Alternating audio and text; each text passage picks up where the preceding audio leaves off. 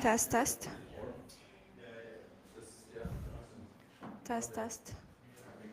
I don't remember. It was the crazy beat. Yeah, I know. I was surprised you came. Test, test.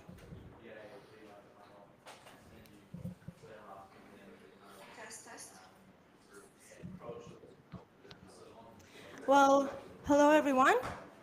Welcome everyone to the TEE Salon of Buenos Aires.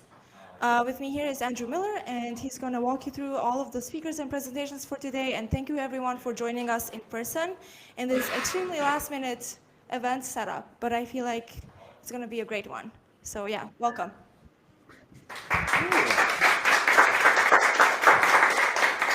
That's great. These are last minute, but they're last minute by design. We've been planning for a very long time to make this a last minute presentation. This is the second TEE Salon. It's been a year since the last TEE Salon, co-located with DevConnect or DevCon Bangkok. I would say, last year was really important because I think that was the moment that TEEs became cool. A lot of people that are going to be presenting today have been working on TEEs for a very long time before they were acknowledged as cool. But now in the past year, it's shifted from not just, cool and understood as something that exists. That was already, a really big achievement, but now it's actually something that is important. TEEs are actually an important part of the privacy tech stack. Something that I think is extremely notable this year is that it's the first time that TEEs have been acknowledged by Vitalik in the Ethereum roadmap as actually a component of the privacy and integrity stack for, Ethereum's own roadmap. That's an extremely important milestone. Something else that's motivating this first session, which is the interoperability session, is that we're all very inspired by the ERC 8004 work. That's done a lot to bring the connection of AI agents to what they gain from, on-chain interaction. And so I think that's something very important. You'll actually hear from Justin from Sparsity about a draft that we've been working on, which is an ERC standard to fill the gap left in 8004 for more details about how TEEs can be part of trustless agents. So that's part of the motivation of this interoperability session is to actually, build on this momentum. So TEEs have become cool. Now they've become acknowledged as important. We should carry on this momentum and actually make all of the work we're doing on TEEs very consolidated and strong, build on this momentum and keep making them work very well. So we're going to have a bunch of talks in this session that cover different infrastructure and platform level and important security components of the TEE stack. Apps, these obviously blend all into each other, but apps will come a little bit later. I will basically be introducing Filip to talk about proof of clouds, and this is really about raising the standard of security and closing some of the important gaps that have been left between what we expect from trustless systems and what the TEE infrastructure as it is gives us. That's it. Thank you all for being here. Filip, let's get us started. Great, thank you very much for having me. So also a brief introduction from my side. So I'm Filip, I'm part-time researcher at Flashbots, currently finishing my PhD at the Technical University of Munich and also one of the co-founders of Space Computer, so that's the reason why the yellow. And I will be presenting today, as Andrew was mentioning, a work we have been working for roughly a year actually with a team at Flashbots focusing on the proof of cloud. But the general idea, as mentioned, is that for those that are familiar with TEEs, which from the faces I see in the crowd, it's quite a big portion of you actually know TEEs. Some of the issues that we are aware of in the context of TE, especially with the recent attacks like TE fail and wiretap, is that there is still a known vulnerabilities with respect to the physical attacks. It's something that actually is even acknowledged by Intel, AMD, with respect to the threat model, because they don't consider physical attacks as the part of their threat model. And it's actually something that we try to solve with respect to providing the guarantees with respect to not only what type of workload you try to use, that is actually something that already TEEs provide, but also try to bind the respect also where do you actually run the particular workload. And this is definitely very important, especially in the context of the trust guarantees and trust assumptions. Because especially if you look at some of the attacks of recent activities regarding T.fail and others, access to the machines, so it means that the operator has to be malicious, But actually, to be fair, not only that, it's one component of it. They also actually have to have the root access to the corresponding host operating system to be able to stage these attacks. So there's quite a few assumptions that you need to have in order for the attack to be successful, but it's still something definitely worth to discuss. And our work is trying to focus on strengthening the trust assumptions you have with respect to binding the environment where you actually execute your particular workload to the location itself. There are discussed like some other solutions with respect to confidential virtual machines and the operation where they run. You can, for example, rely on the PPID solution that is part of like, the unique identification of the hardware, but it also comes with some initial imperfections with respect to it, and we try to also take this aspect into consideration when designing the protocol I'll be talking about a bit more in detail. And but since it's like a bit more interactive,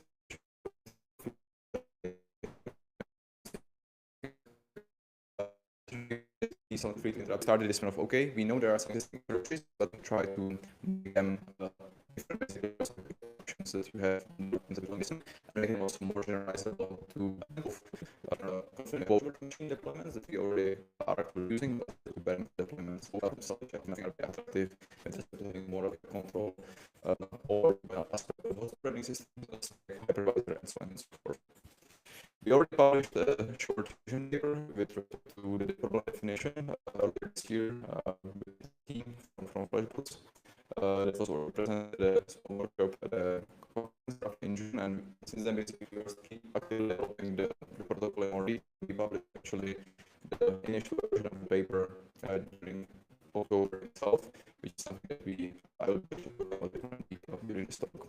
So make the setting clear in which we are operating. So we of course have a party that is operating the hardware, which is someone that, for example, can be the respective cloud provider. Then we have the host manager, depending if what is the setting you consider. In many cases, the hardware provider and the host manager can be the same entity that is actually responsible for both. And then you are deploying your confidential virtual machine that is actually providing you and you can operate it. Then you have any type of third party that wants to deploy the respective workload inside of the virtual machine. And of course, as we know it in the context of blockchains, there is a lot of discussions about the aspects on the deployments on who does what in a more trustless fashion. But of course, it's relevant, I think, in applications beyond blockchain. We see a lot of use cases regarding AI, where we have synthetic models and so on and so forth. But this is the general setting we try to operate it in. We also try to differentiate between two types of scenarios, where we currently see more activities, of course, with respect to just deployment of confidential virtual machines. So basically, it's much more user-friendly. You can just go and spin up your confidential virtual machine in cloud. But of course, the setting and the protocol we are trying to propose should be also applicable to the scenarios where actually you have a full access to the bare metal machine itself, and you can actually deploy other components itself, which I think especially with other publications that were released in the meantime, it's more attractive, because if you, for example, look into the aspects of the TCB of solutions, yeah, thanks. If you look at the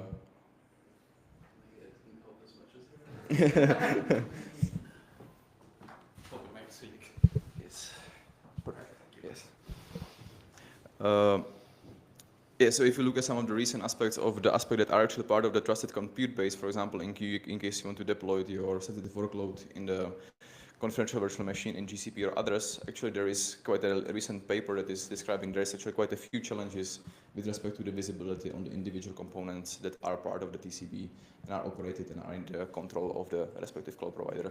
So definitely what I think it's important that is to start to look into the aspects of bare metal deployments in trusted infrastructure and see basically what can be achieved by that. And for that, actually, we are looking into some of the requirements that you, of course, want to make sure that the current TD flow that people are used to with respect to attestation is still valid, but we want to strengthen the guarantees with respect to the data center execution assurance, meaning that you can actually really bind the attestation flow together with the respective location where it's being operated. But ideally, everything should be orchestrated from within the trusted domain itself, so that way the users that are deploying their sensitive workloads in the confidential virtual machine are aware of that. And in order to do so, we are actually considering some additional hardware components that actually allow you to also gain additional confidence in the aspects of the host operating system and the way how you actually start up and boot up your respective confidential virtual machine on the particular deployment itself. As of now, we have been mainly focusing on the Intel TDX you will, I think, see some of the reasons later on the slide, but I think it's an interesting point for future enhancement of the architecture, is that the requirements we have are not currently being fulfilled by AMD machines with respect to the information that actually are part of the attestation flow with respect to the attestation details itself.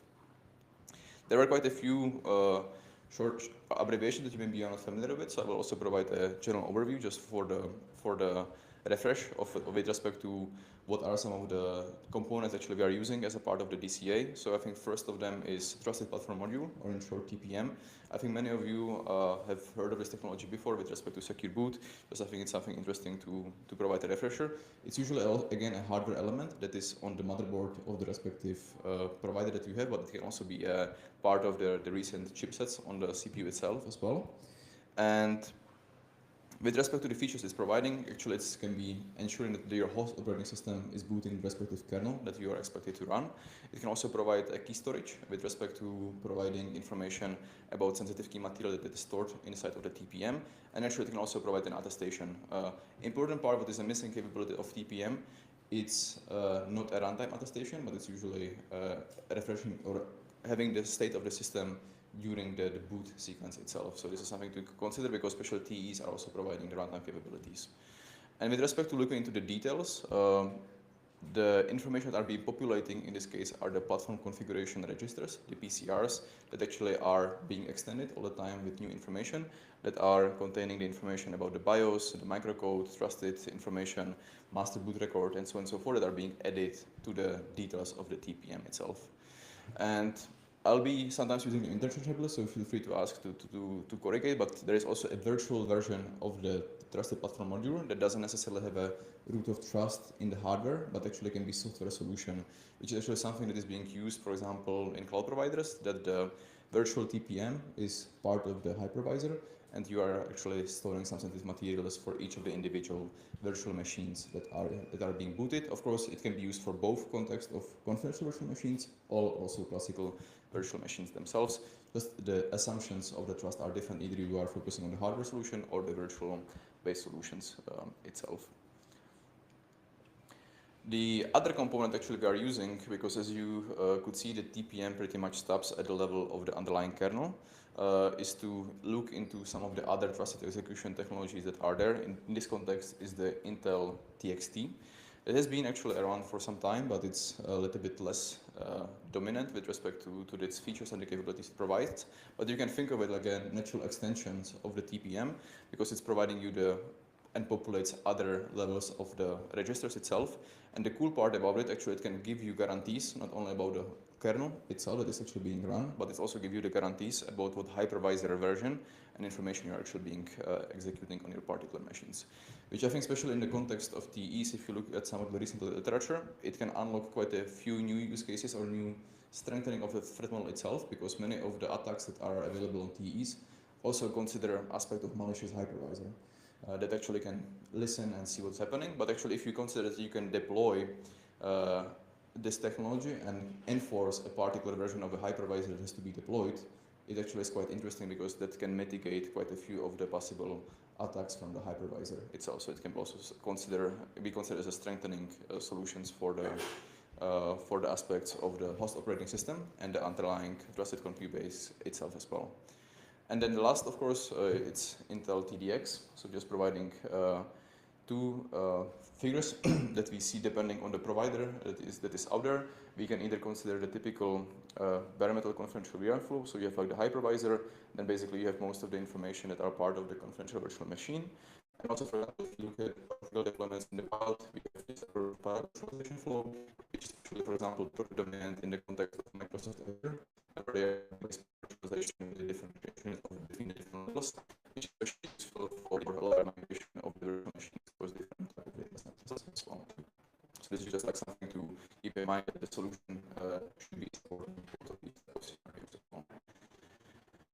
Yep, and I think what is important here, so we have seen how information are part of the Intel TEX, sorry, part of the TPM, Intel TX attestation capabilities. Just to go back, basically, if you are having TXT activated and ask attestation from the underlying software system, it should be providing you always information as a part of attestation, and you don't need the information from the PCRs. And if you consider that, you can also start aspects know, focusing on the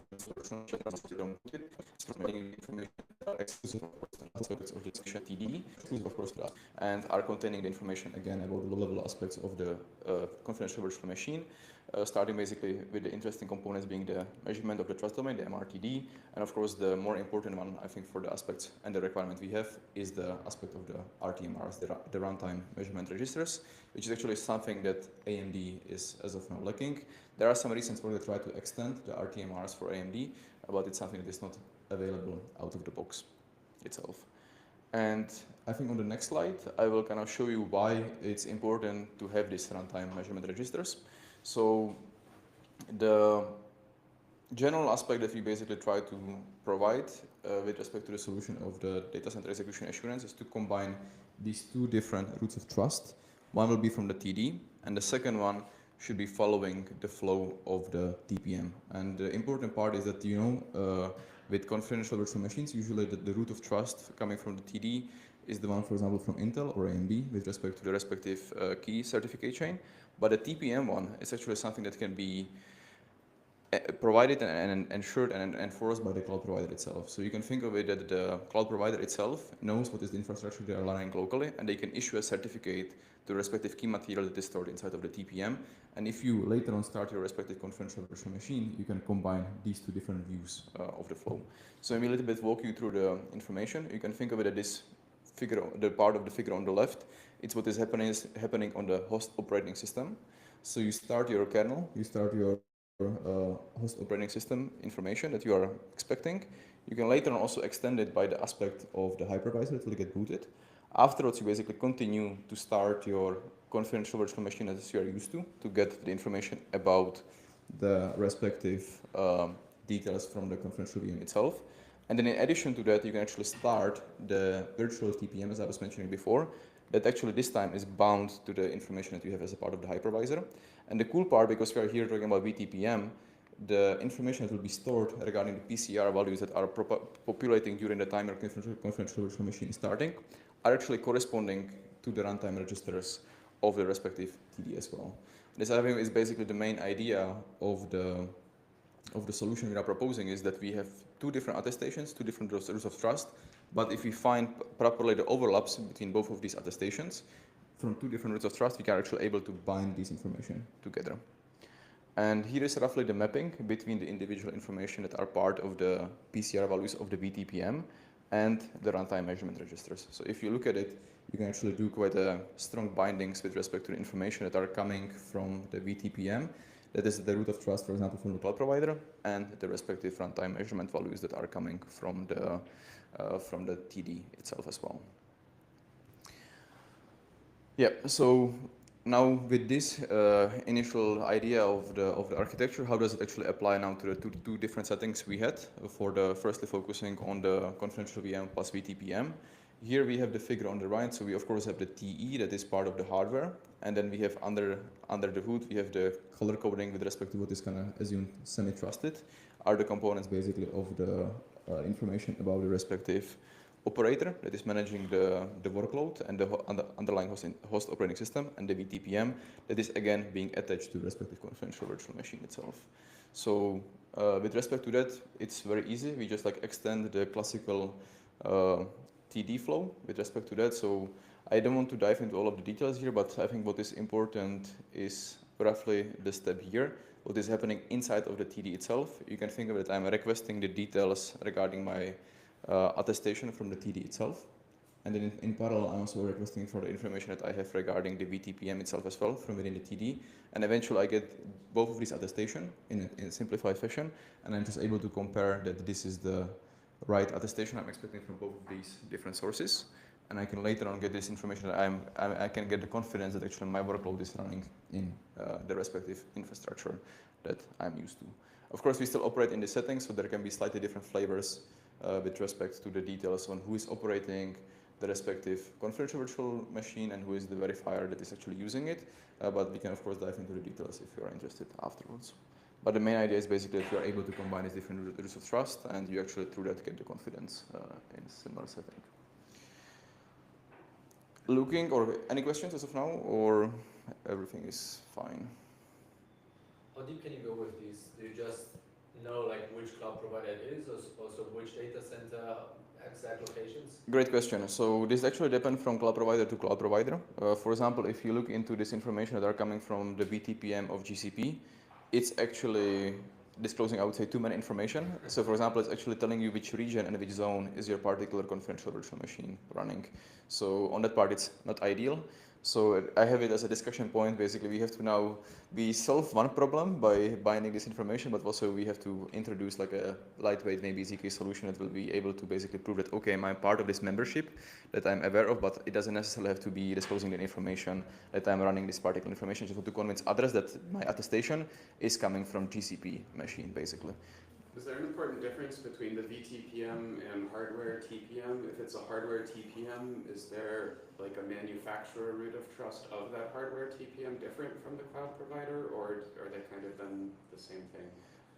They are different in the sense that there are different hardware TPM providers. So for example, Infineon is one of them, but there are also others. And of course, depending on the provider itself, the attacks that are possible to stage on this particular TPM differ, because of course they are doing all they can basically with respect to hardening the respective implementations. So this is on the format of the hardware. So there are differences just with respect to the type of side channels. For example, the TPM itself is vulnerable to. And on the form of VTPM, there are actually quite a few differences as well with respect to where do you, for example, store your respective key material that is part of the VTPM. So if you just assume you trust the Google Cloud provider or other type of cloud provider, not to only be always calling them out, it's just like it's an easy example for me, then there are also different solutions that, for example, the VTPM can be bound to underlying enclave or have different type of binding basically to the underlying infrastructure aspect as well. But with respect to the interfaces and the user behavior is the same, because there is a dedicated standard that is basically ensuring that if you want to call yourself that I'm TPM 2.0, you have to follow the interfaces and the type of commands that is common across different TPMs, which actually is quite a nice aspect. It's quite mature, and there are already a lot of use cases and scenarios where actually there is a PKI solution where you can actually issue a certificate to the endorsement key that is part of the TPM itself. So there should be like enough workloads and flows on how providers can easily adopt the PKI adoption for just issuing a single certificate to the respective key material on the TPM as well. Yeah. Yeah. Yes? I do have a question, but I don't know you might be about to answer it. Mm-hmm. On your scenario 2 with bare metal deployment, you said within a cloud provider, right? Yes. Just in a data center. Do you consider that cloud provider? Yes. Basically, I think the assumption here is that we have certain guarantees that the data center where we run our machine is trusted. Like meaning that there is like some guy with a Glock basically at the door protecting that there will be no one running with a nice suitcase that is able to basically probe the machine itself. Yeah.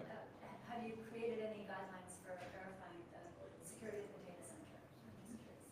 Good question. I haven't looked into it yet, but I think it will be like assumption basically we have, but I think there could be good discussions. I think in some of the groups I have seen a nice 7-layer security of how to get into Google Cloud data center. I think it'll be interesting if similar standards apply to other providers with respect to that. Yeah.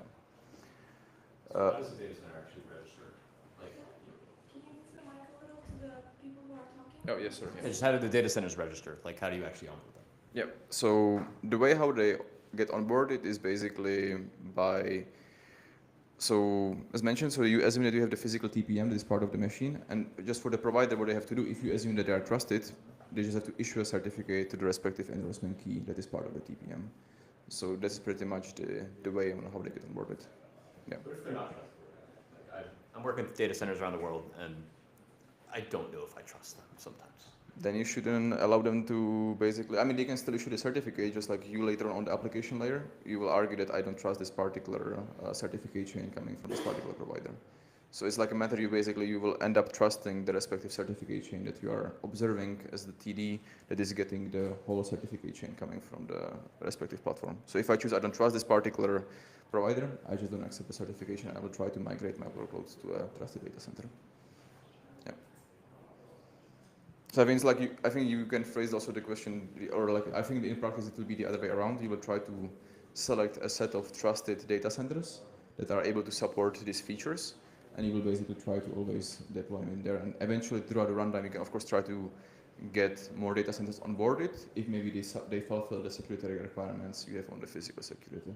That I think could be how it could play out in the wild. Yeah.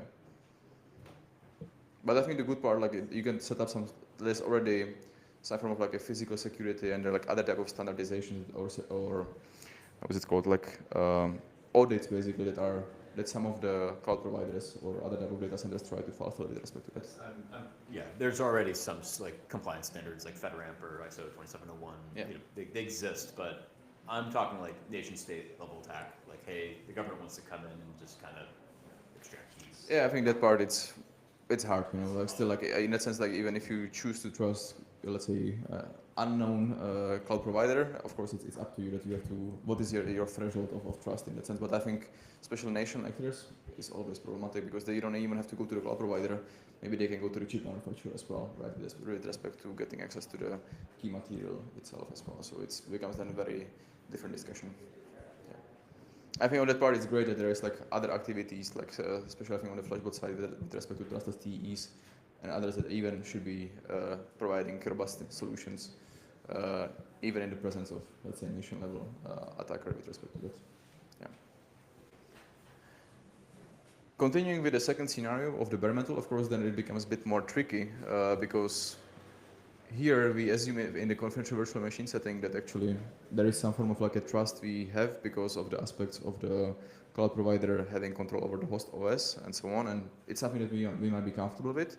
But of course in the bare metal, as we discussed, the host manager itself can be a completely different party that might have different type of intents, and for that we have to think of a better solution on how to do it, because the workflow for the BTPM would not work out of the box, because you can just think of it that if you just follow this typical workflow, it's a naive setting, right? Because you can basically, the host has quite a lot of power on what they can do with any type of request you try to issue to the underlying infrastructure, and they can stage, we phrase it like basically you can think of like any type of like proxying of the traffic, any type of information that you can think of. You have a malicious party that tries to fool the attester with respect to having a mix of different information from different type of entities, so they can have a part of the workload running actually in a trusted infrastructure, let's say like Google Cloud, but actually running their remaining workload inside of their home laboratory where they try to actually extract all of the sensitive materials.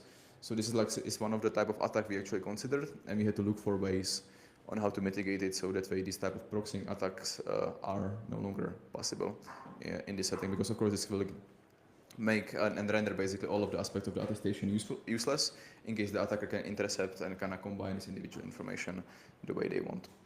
And the two challenges we identify is of course that you want to bind the location, meaning like you have this certification coming from the TPM to the respective workload inside of the confidential virtual machine. And more importantly, we actually we also want to bind the confidential virtual machine to the respective hardware on the node in the presence of malicious host, right? It can actually do like all of this traffic forwarding and so on and so forth to be able to extract this information. And this is basically where the workflow comes into place, where we rely on the TXT. I think it's already what I mentioned. So the challenge on how do we solve the aspect one to the location itself is still relying on the aspect of the TPM.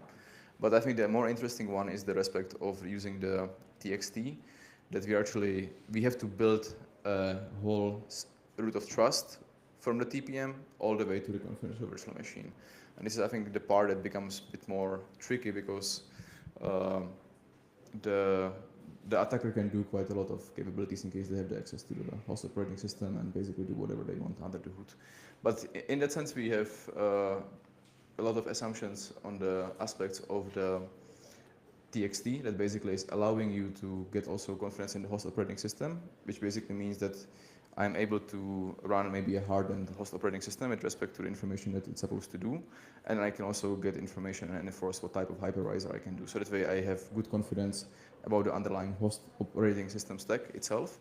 And later on, when I'm binding the BTPM to the confidential virtual machine, I can only bind the BTPM and issue the respective key material to the confidential virtual machine in case the state of the underlying system is trusted. And I can basically do the binding of the material, the key material that's part of the VTPM, and unlock it only in case the policy that I expect on the underlying state of the system to the confidential virtual machine, in case actually I really have confidence that the host itself cannot really tamper with the flow itself. So I know I went over this part a bit faster, but happy to answer any questions. Just the general idea is that through the TXT, you basically get confidence what is happening on the host, and you are binding the respective VTPM keys to the state of the underlying host operating system, through which you get the confidence all the way to the confidential virtual machine itself.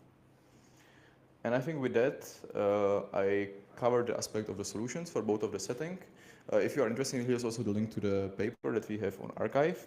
And of course, we see quite a lot of future work. I already hinted at some of them. I think the now interesting one will be to make a full-fledged demo. So on that part, we are working on the TXT basic extension on the host operating system to basically patch the system and make sure it's functioning. And afterwards, do the rest of the workflow as we are used to. And there are also like a couple of additional discussion points in case you're interested. I think there was a good chat recently regarding multi-tenancy, because I think it's still something to consider that you can also actually have a malicious virtual machine or even confidential virtual machine on the same machine itself to see what are type of attacks it can actually stage. Of course, privacy. So we want to make sure that it doesn't disclose sensitive information. And in general, also argue about usability versus security, because you can still try to harden your confidential virtual machine with using solutions like Gramine TDX or others, but of course it's also sacrificing usability because you are, for example, enforcing single thread applications and so on and so forth. Yeah, so that will pretty much be it from my end, and thanks a lot for listening. Yes, Andrew?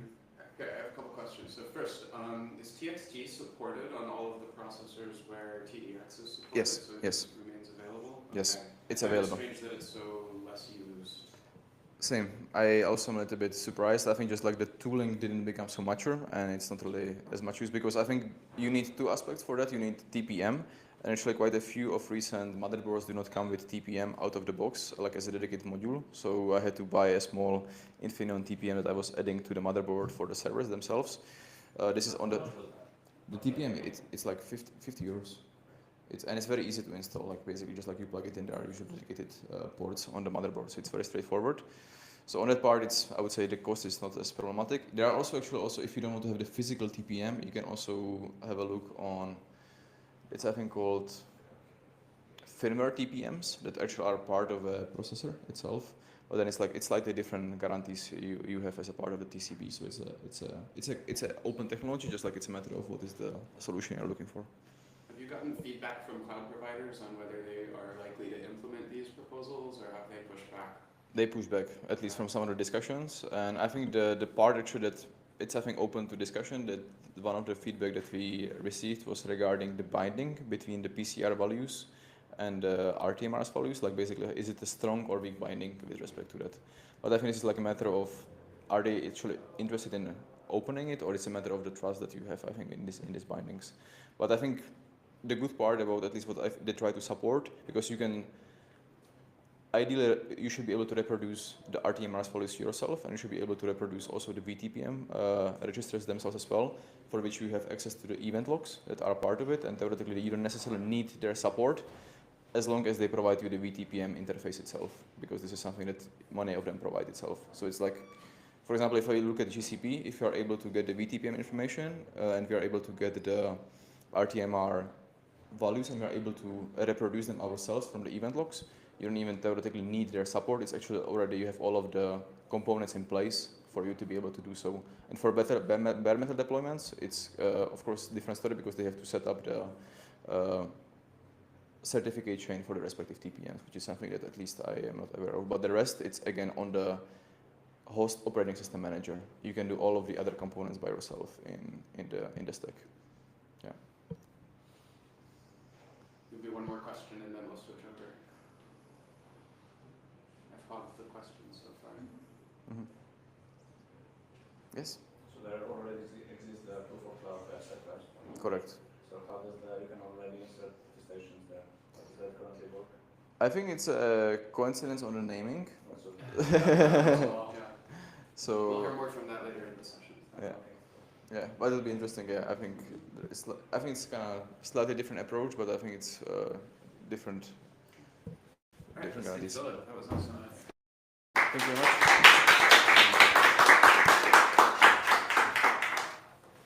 And Kevin, you want to come up next?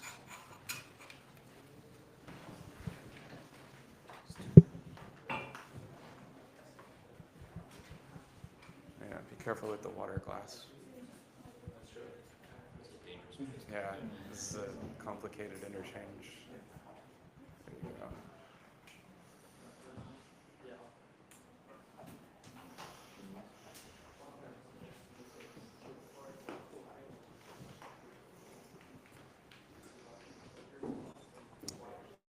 Yeah, I'm really happy to get to introduce Kevin Wang from Phala. I'm really glad to see him. I think I get to see more of Marvin and Hung, but not as often to get to see you. So appreciate the traveling very far, first of all. And I also really appreciate that you put the highest volume of code into dstack, from the smart contracts to the code underlying all of that. Yeah, excellent. So I'm glad to get to hear from you. And Kevin will be talking about the Onchain KMS, which I would say is my favorite part of the dstack framework. So this will be very cool.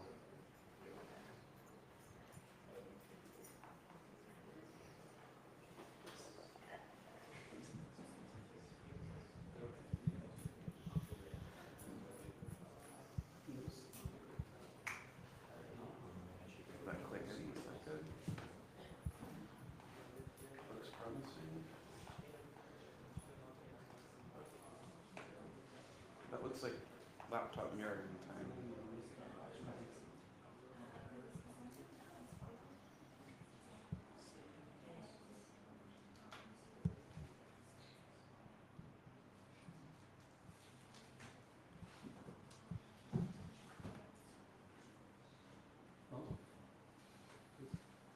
Sorry for the projector, you'll have to hit your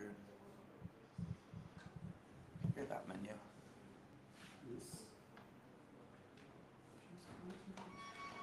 Entire screen, probably.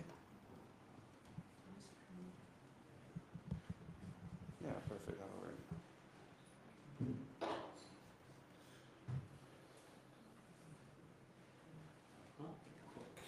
Yeah, perfect. All right, if you don't mind using the microphone. Yeah. Hello, can you hear me? Okay, cool. Unfortunately, I need to, I'm not Kevin. But it's okay. Kevin is our core engineer. Yeah, he read most of the code of dstack. I'm Wenfeng. I'm also from Phala, but I'm more working on the integration side. So it's okay. Just a, it's okay. Yeah. So. Thank you for your start. Yeah, for sure. You need to join a link, specific link to share your screen. I need to join? Yes. Are you? Yeah, I joined. Can you join here? Yeah, I think I joined. And you should share your screen on that tool. Yeah. Yeah, this one.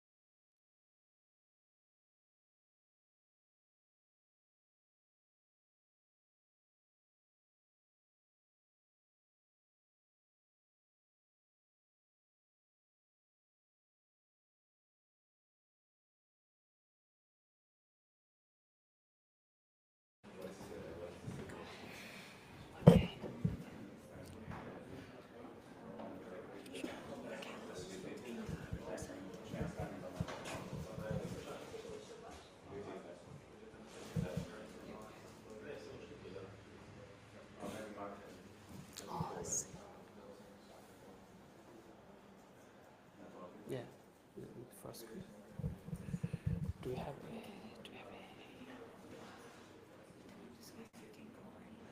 okay, okay. I think listen. Listen.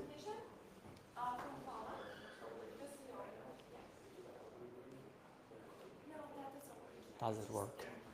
Okay.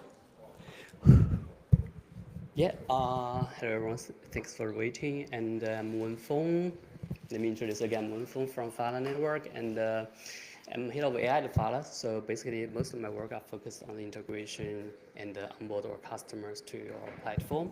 But today I want to share something regarding the Onchain KMS on dstack and more regarding like why the Onchain KMS is very important for dstack and especially for build the entirely trust, zero trust platform. Sorry. With I heard you the clicker, so I wanted to prepare one for you. Should I guess close it?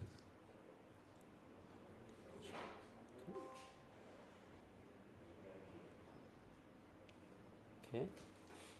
Oh, that's great.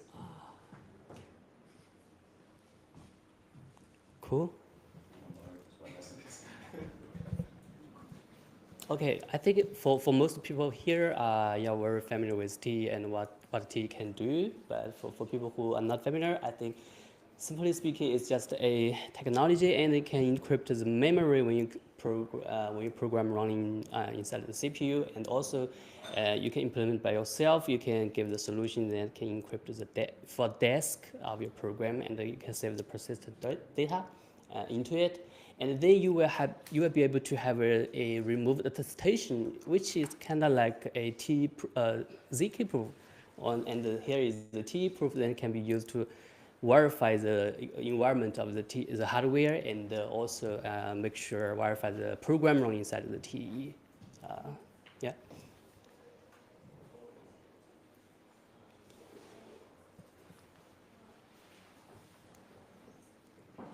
Cool.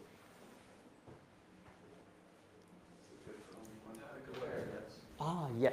So regarding the dstack SDK, it's actually initially proposed by Professor Andrew Miner and sitting here, and mainly just contributed by Phala and Flashbots, Near, and many other teams. And recently, dstack just joined the Linux Confidential Computation Consortium, and it's a very good achievement. Actually, I think kudos to all of the work for all the contributors here. And yeah, and as for Phala, we built Phala Cloud, which actually on top of this stack, and to give the developers more easy way to access the TEE infrastructure.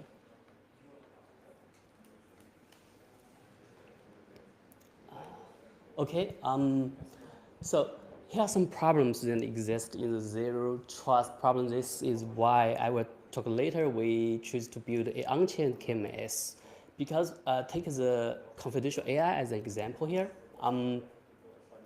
So the developer, also the model owner, he need to train the data inside the TEE, but he don't want his like parameters or algorithm being seen by any other people, including the hardware provider, for example Phala, for example any other cloud platform.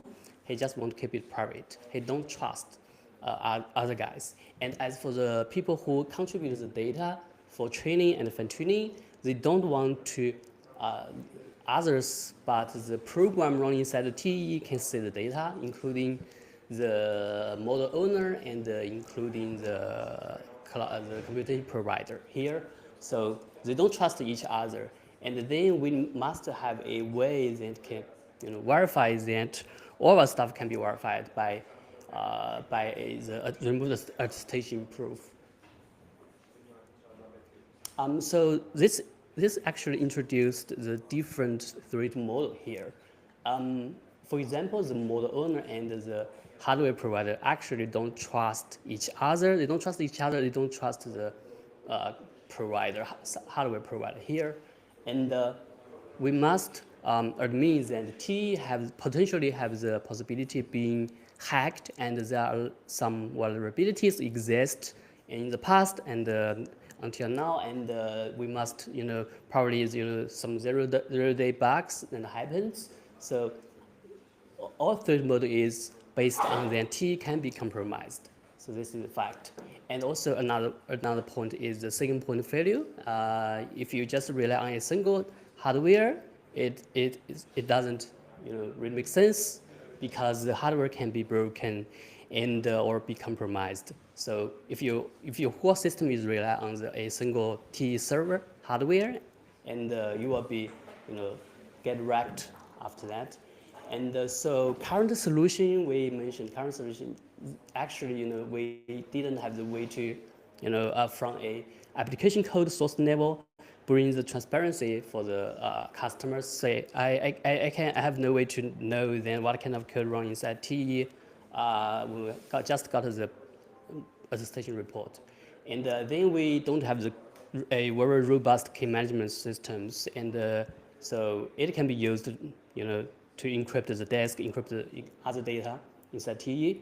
And also we don't have a continuous security assurance. That means, for example, if you one hardware being broken and you have the way that mitigate the influence by the hardware, and you have the way to migrate to your programming to other hardware.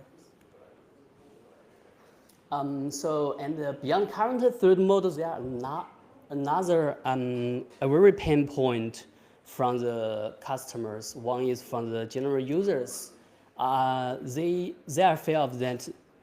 Say, the developer just deploys a program into a TEE, and he give you the audit, all of the stuff, and he claimed that I will run the program inside TEE forever. But after that, he just do an upgrade and then introduce some malicious code and compromise the data privacy, or just steal your data with private key, etc.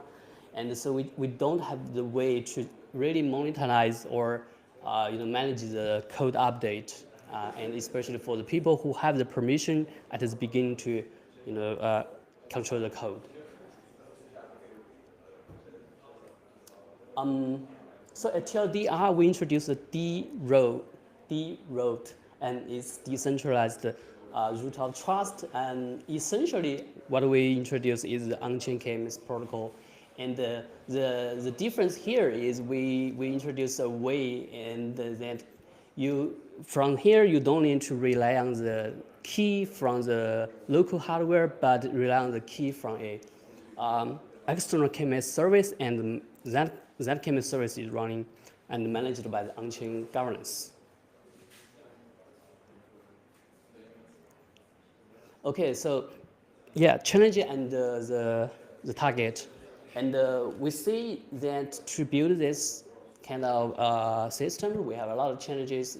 For example, security reliability, vulnerabilities. And so we must have the way, and then we need to provide workaround and for the attacks, like we mentioned, including the Phala Cloud at the two Phala Cloud. I think some will save the same problems. And also with lack of memory management creates single point of failure. Yes, we need to support the users have the way to deploy their application into multiple TEE nodes, but share the same state maybe, and they have the way to migrate their encrypted data to another server one day when necessary. And also another thing is unrestricted application lifecycle control. That means, yeah, we need to have a way to track how the developers, how the program being managed, and just like smart contract. Say the power of smart contract is you actually can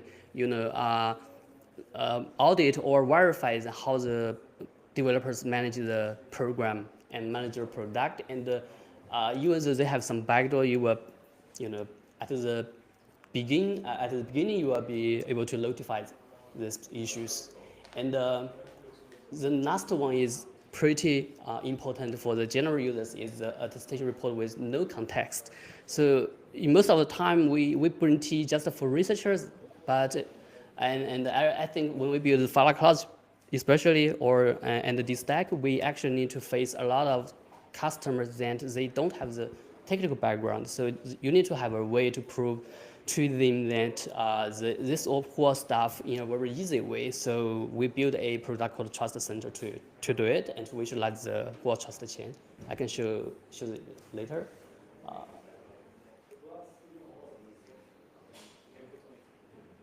Okay, so what the dstack Onchain KMS actually bring to us is there are three, I think, main features. For example, the first one is a portable confidential container. So dstack SDK gives the ability to developers to deploy any Docker application into TEE with a very simple command, and then you are be able to migrate to another TEE hardware, no matter TDX server or AMD or AWS Natural. You have the ability to migrate to another TEE in the future, and this is a portable confidential container. And the code management with distributed ledger.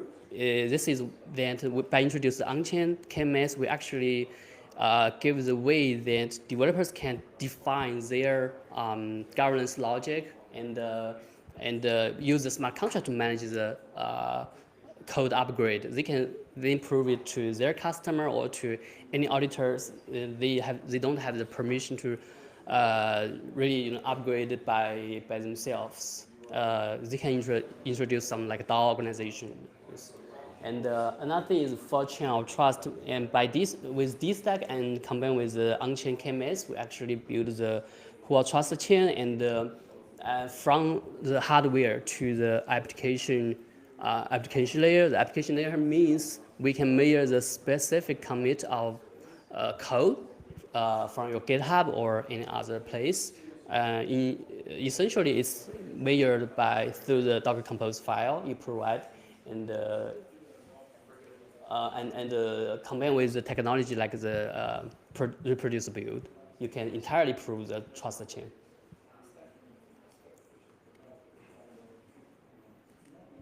Okay, so more specifically for the portable confidential container I have mentioned, and it actually gives you a like just check the right side of the diagram. So when developers deploy their Docker container over dstack, the underlying what happened is when they deploy over dstack, then the KMS, instead of the use the key from the local hardware to sell the data for them and encrypt the disk for them, instead the KMS will request an attestation report, and then they will verify the attestation report provided by the application, and make sure the hardware and the hardware is genuine, and then they will distribute the key for the application. So they are not they just rely on the local like a TEE attestation report to verify the environment, and then the actual key used to encrypt the data come from the external KMS service, and then the KMS service itself is running inside TEE with the P2P network, and we call it basic image of the dstack. It's also being like registered on smart contract. That means the KMS service will also like verify that okay, this is illegal. Like the application is using the legitimate and the base OS images to run the application code. And yeah, decentralized code management is so when using Onchain KMS on your application, when you like leverage the dstack, when you upgrade the code, the workflow would be like first you need to submit a new code hash to the blockchain. Say, okay, I want to upgrade my application to a new code, and this is the code hash, and I'm waiting for the permission. But who have the permission to upgrade the code? This is defined by the application itself. For example, it's just same as how we build smart contract.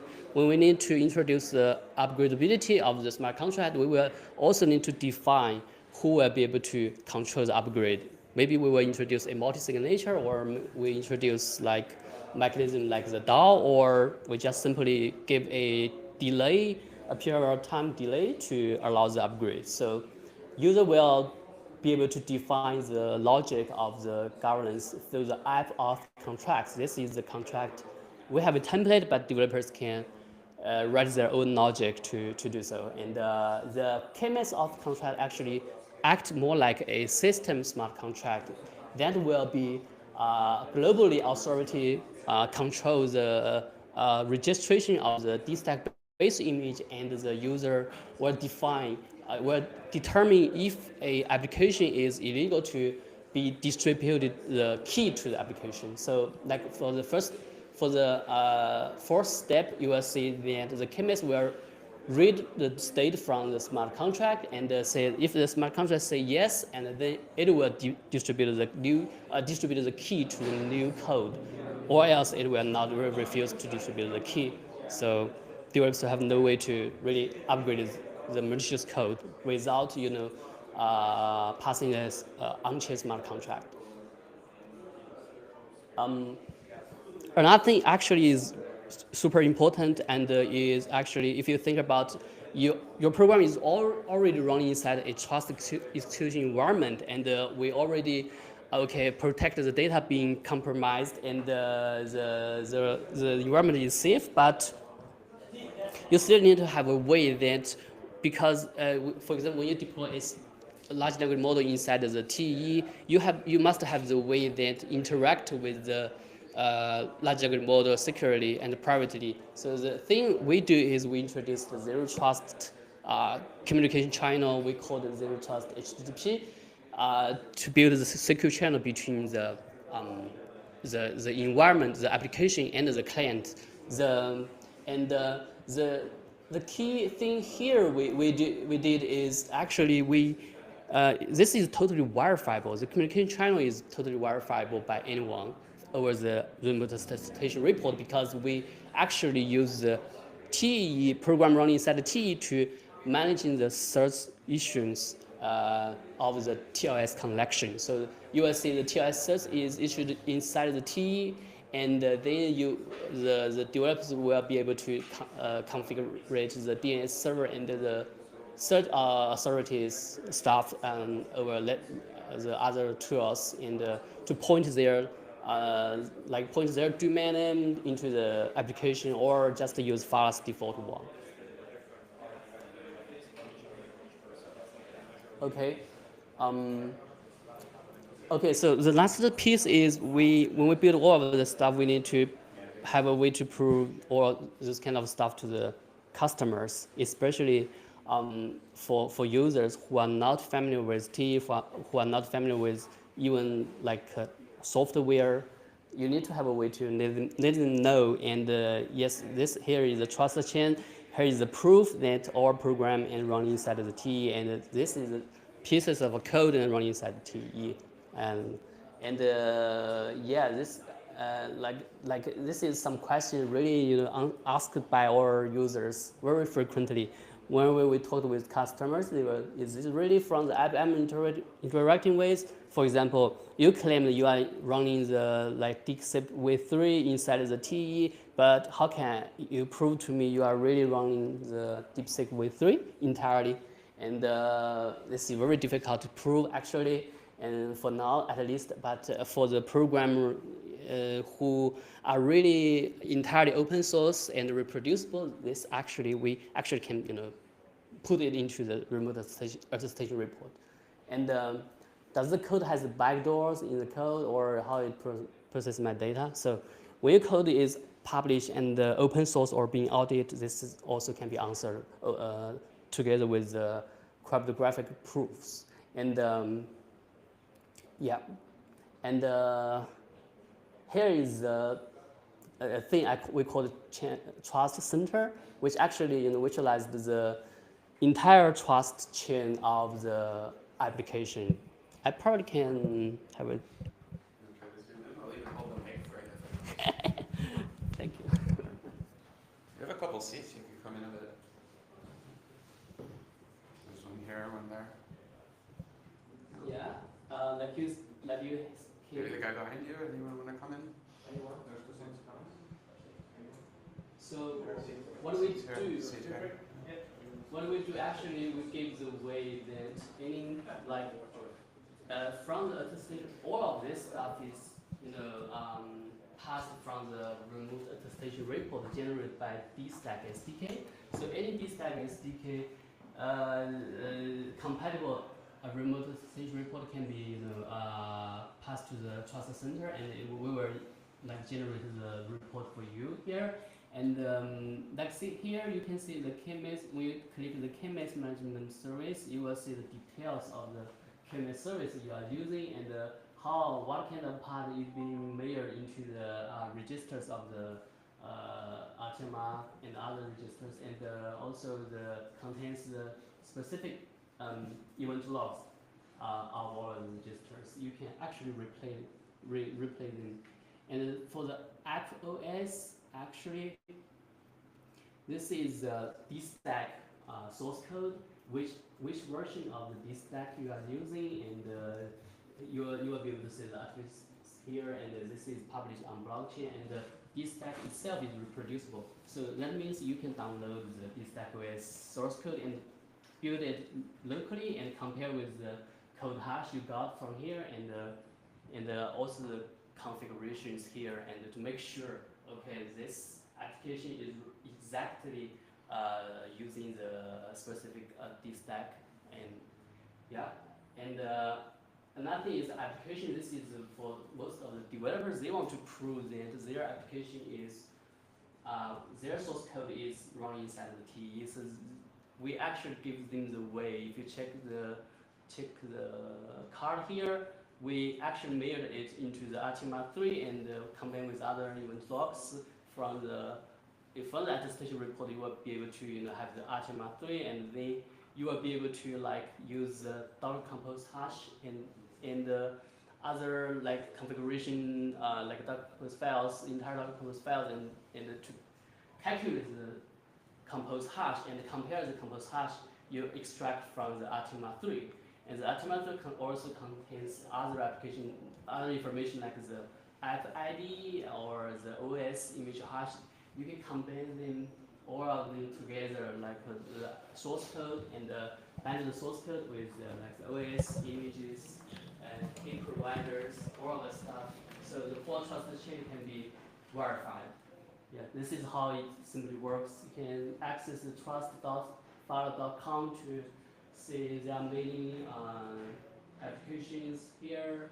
We publish a lot of applications who are running like on Phala Cloud using dstack, and they have published their attestation report, and you can verify it on Trustless Center. So this is generally how it works. Oh yeah. You should click the mic so people online can hear. Yeah. Thank you. Thank you. Yeah, this is how it works of the Trustless Center. And yeah, this dstack is also being audited, I think, several months ago, together contributed by Phala and Flashbots and Near. And also we have some, it's quite transparent and can be downloaded and on our website and also on ZK Security website.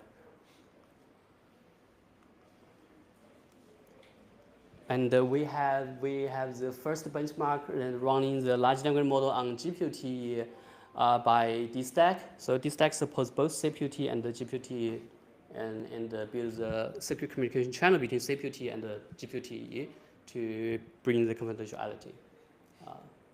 And also we got a pretty good improvement for past months of the Phala Cloud. But all of this stuff is built based on dstack. And the future plan for dstack is, first we will have KBS support. This actually we will build together with a very big manufacturer company in China. And also we have the VPC support. Actually, it is supported but it's pretty early, so we are still testing it. And another thing is we are trying to support as much as the other platforms like the AWS and the Natural or GCPs or mobile, even mobile.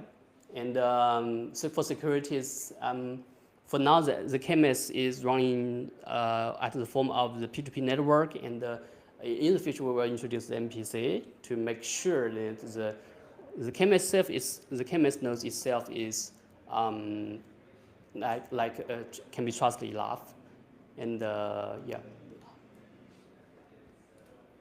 Okay. Any questions? Yeah. So, what's the value of the Trust Center website? Because now I'm trusting the website if it's showing me the correct data, right? And I need to re-verify manually all this stuff anyway. You actually don't need to trust the website actually. So the Trust Center itself is just a piece of verification code used to verify the attestation report. It's open source. Is it running in a TDX? Yeah. It's self running inside of the TDX. But is it right you can also run it locally? Yeah, you can. Yeah. You can run it locally, but we put it into the TDX. We actually have a server running So the. I also get the tested TLS if I use the. Sorry. If I visit the website, I can also get the tested TLS to the. Yeah. So the verifier is running inside of the T to verify the T. Basically this. Yeah. But is it running continuously, like the text or like the Yeah. content? Yeah. More important, you can use locally. Yeah. Have you seen anyone extend the appauth.sol smart contract in any interesting way? And also, if you don't mind, repeat the question. You mean extend the MRP stuff? The appauth. Appauth. Yeah, we have more customers. They do the wallet stuff for the stablecoin. They actually extend the logic of Appauth. They have their own logic customized to manage the upgrade of the code. Because this scenario is used, especially for customers, they have big volume of assets. They are willing to use the smart contract to manage the upgrade of the application.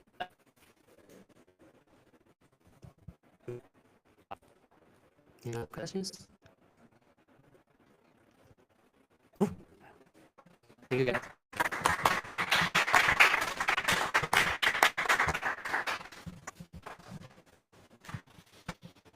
All right, is Yaoxin here from Automata? Yes, okay, great, yeah.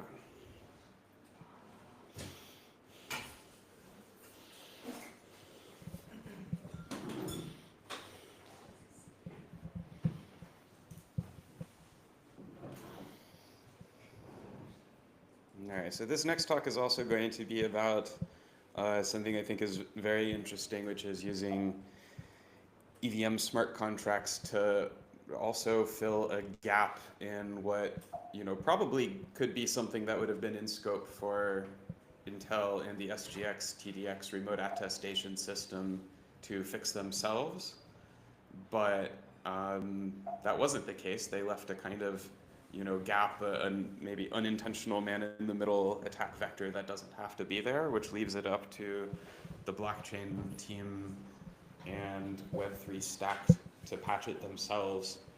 And so I've been a really huge fan of this Automata project that's the Onchain PCCS. And if I understand the plan of this title right, it will be a bit of a deep dive into the smart contract that does this. So I'm very much looking forward to that.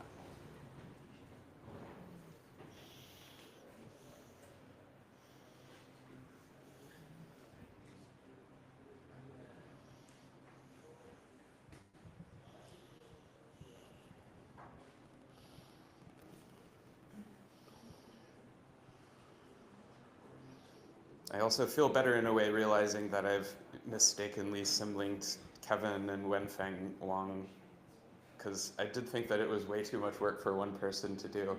Yeah. And actually this makes a lot more sense.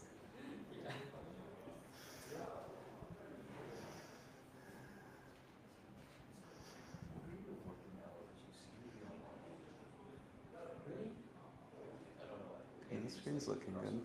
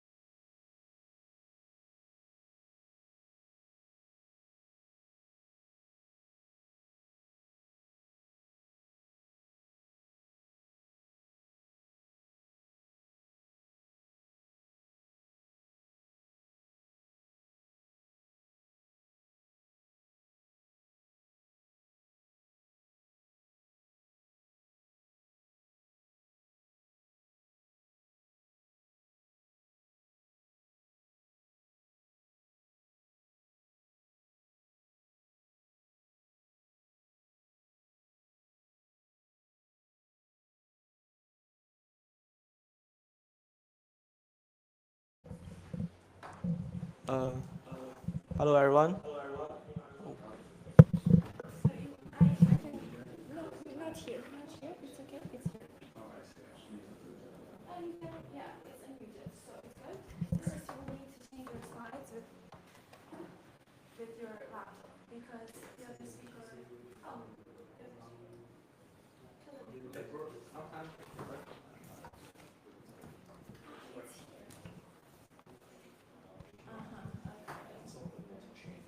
can you test again?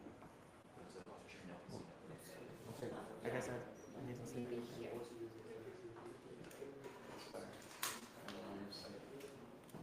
Okay, that's perfect. Hello, everyone. I'm Yaoxin. I'm research lead at Automata Network. Today, I'm going to give you a talk regarding the Automata on-chain PCCS contract.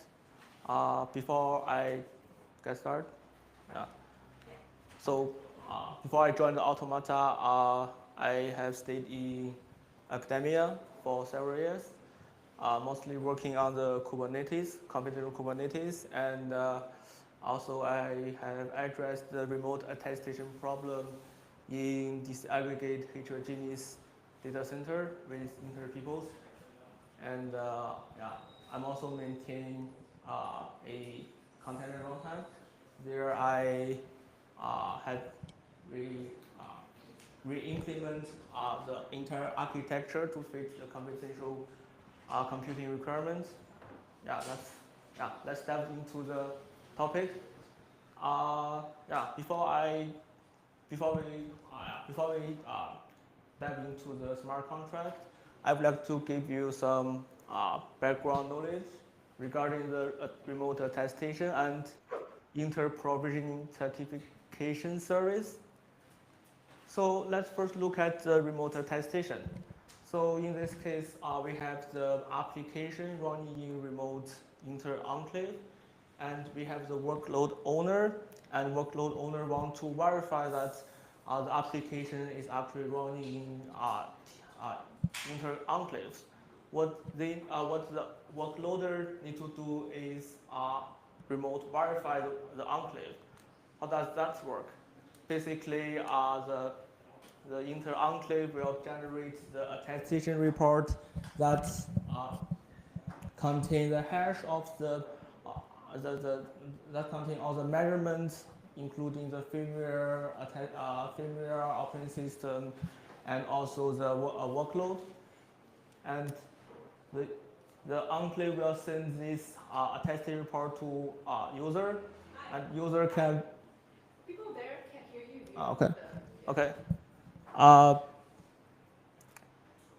So after the workload owner gets the attestation report, the workload owner needs to verify the report against reference values and check the signatures and everything. So in this case, to check the signatures and everything, we need to the workload owner need to get the certificate. Where does the workload owner get the certificate? In this case, they need to contact the inter-PCCS to get all the collaterals, including the certificate and everything, in order to verify the attestation report. However, sometimes people doesn't want to contact or doesn't want the involved during the remote attestation. Therefore, inter provide the so-called PCCS. This is a caching service that allow you verifier to cache the inter collaterals locally. So basically, user can deploy this service and pull all the collaterals, including the PCK certificate, CRS, TCB informations, and everything locally. And in this case, during the remote attestation, user doesn't need to contact the inter service anymore. And however, such service, so the question is, since we already have the inter PCCS, why do we still need the Automata on-chain PCC contract? And the answer is that first of all, the on-chain verifier cannot access the off-chain inter-PCCS directly via HTTP. And another drawback, another reason is that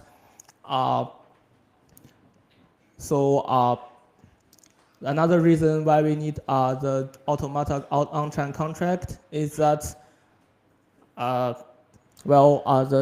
PCCS is running off-chain. There's no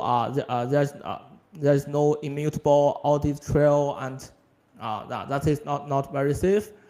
And in this case, to address the problem, we have implemented the on-chain PCCS contract, and it is fully readable by smart contract, always available, and it is a single global. It provides a single global consistent collaterals that allow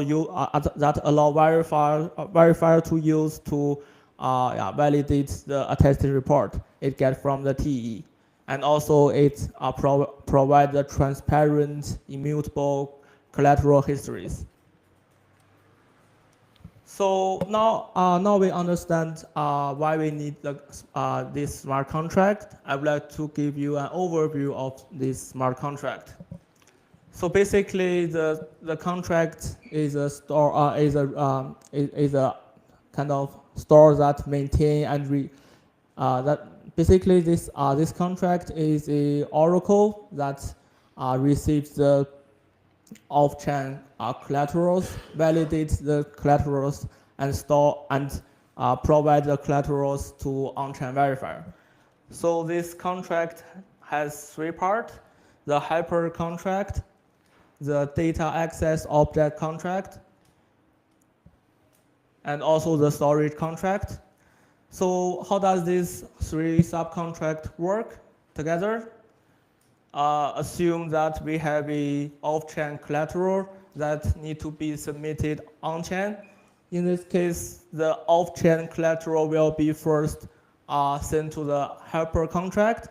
Hyper contract will pass in the off-chain collaterals and convert the data to be on-chain readable, and then it will send the on-chain readable data to the DAO contract.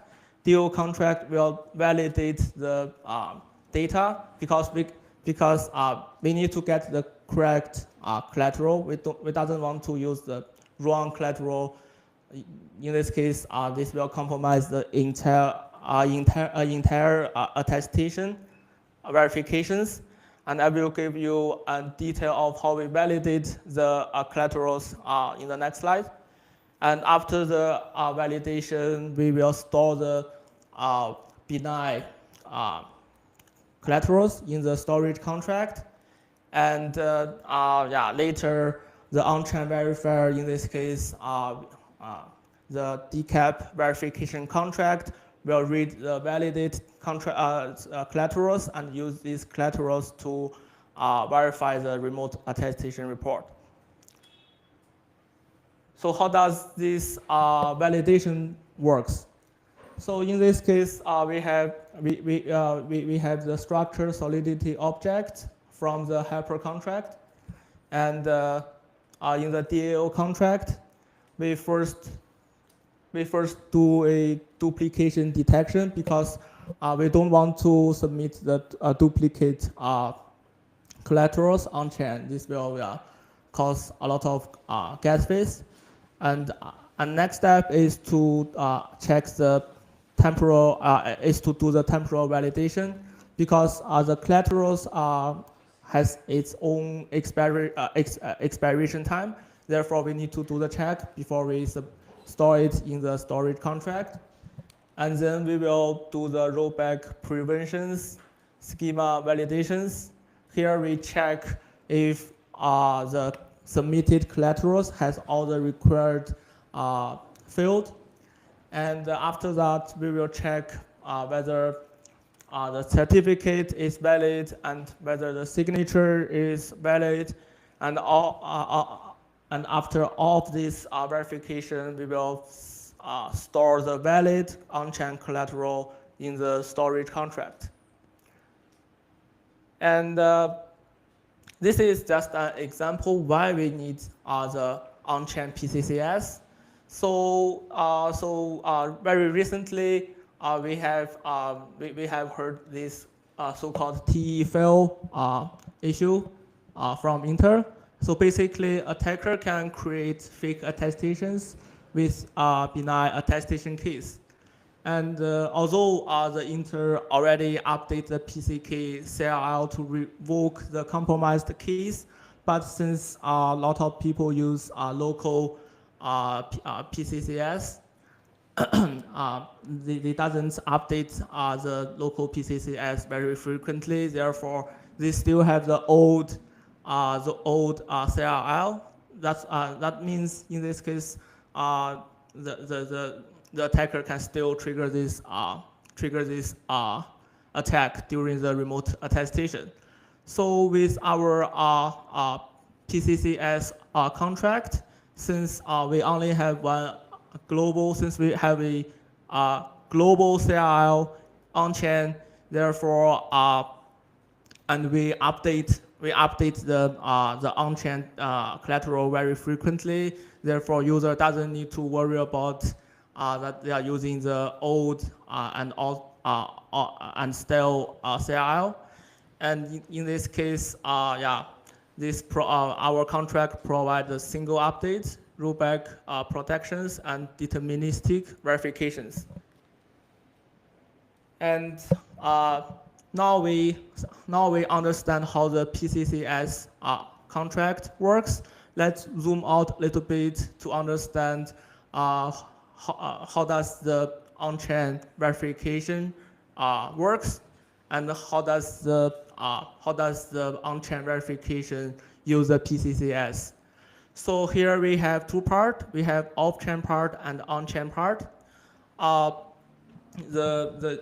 First of all, if you look at from the left-hand side, the Inter TDX and SGX will first generate the attestation report, and report will be then forwarded to the on-chain verifier, implement in the DCAP attestation SDKs. And to verify the report, the on-chain verifier will first retrieve the valid collateral from the Automata PCCS contract, and use and then use the collaterals to check the attestation report.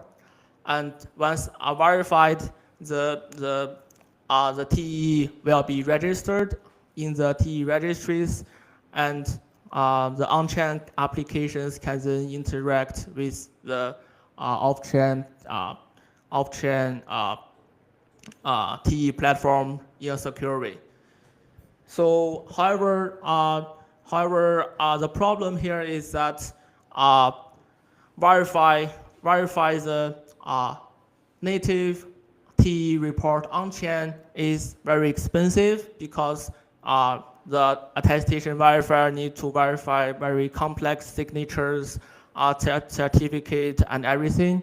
Therefore, it will cost like millions of gas. To address the problem, our DCAP attestation SDK also offer the ZK-based attestation proving mechanisms. Here we offload the remote attestation verification to the off-chain ZK-VM. So here we run the attestation verifier in the ZK-VM. The attestation verifier in this case will check the TE report in the ZK-VM and generate corresponding ZK proof, and then the ZK proof will be submitted to the on-chain ZK verifier. In this case, we can save a lot of gas, and yeah, and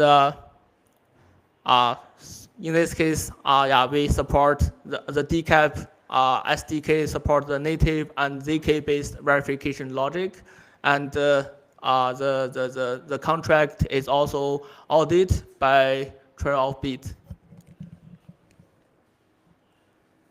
So this is our new release. It is finished last week.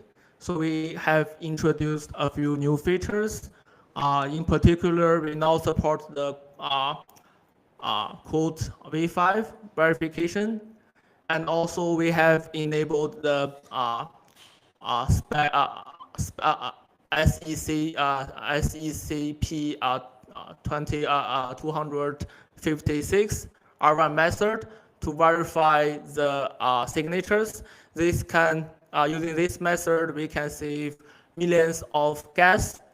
Also, we have introduced a command line tool for the off-chain user to generate the ZK proof from the to generate the ZK proof. And also, we have deployed the PCCS and DCAP verification contract in the Solana, so you can try it.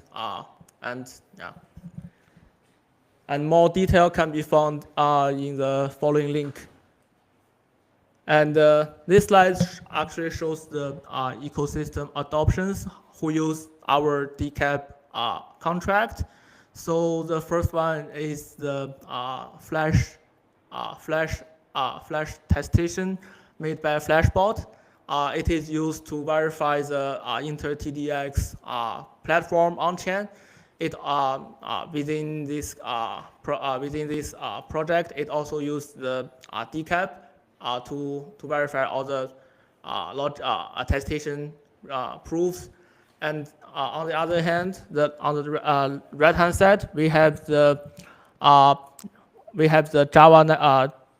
Java network, who also start using our DCAP smart contract to verify the TE proofs.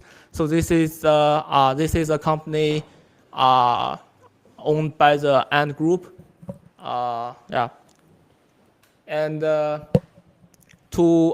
and also we have implemented the so-called DCAP dashboard. So this is a developer-friendly dashboard for on-chain DCAP and PCCS.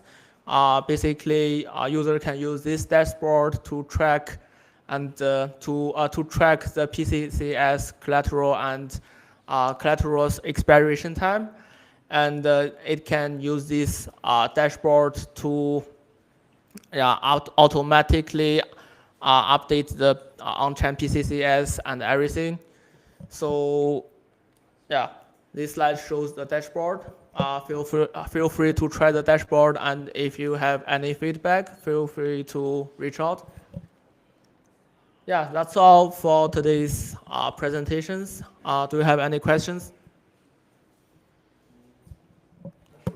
How is the PCCS registry updated? What is the single point failure? Is it decentralized publishing on chain as well, or? I think on each chain we have deployed one PCCS, and we have the admin to upload the collateral on chain periodically. Last time I talked to the team, it seems the permissionless, everyone can upload the collateral. Yes, that's right. It's not just yes, as much. Yes, as long as the data can pass the validation, then that's okay. Yeah. But we also have the team member that uploads the collateral very frequently. Could you repeat the context for the link? Yeah. Yeah. So the people was asking if how do we update the PCC on-chain contract, and the answer is that we have team members who update the PCC contract periodically, and also the maintainers and others who use the PCCS contract can also upload their own collaterals. And as long as the collateral can pass the validation, the collateral will be stored on chain. Yeah. Can you say more about what happened with TE.fail and what that certificate revocation list contained? Is it, I think Daniel from the paper made that Twitter bot that signed Attestation. So my guess is that they revoked that particular processor. There's a new one already. And then they'll just make another one. It's already right. It already works. Okay. They have multiple extractors, but just use the first one. You know. Yeah. Not really win. So I only read one article about this TE.fail attack. So I'm not very familiar with this one. Do you want to describe I think that Automata has a subscription model to be able to get like, I'm not sure exactly how it works or what the role of that is. You mean the subscription for the decap dashboard? Yeah, maybe. I don't know this part. Yeah, you might need to consult our business manager. Yeah,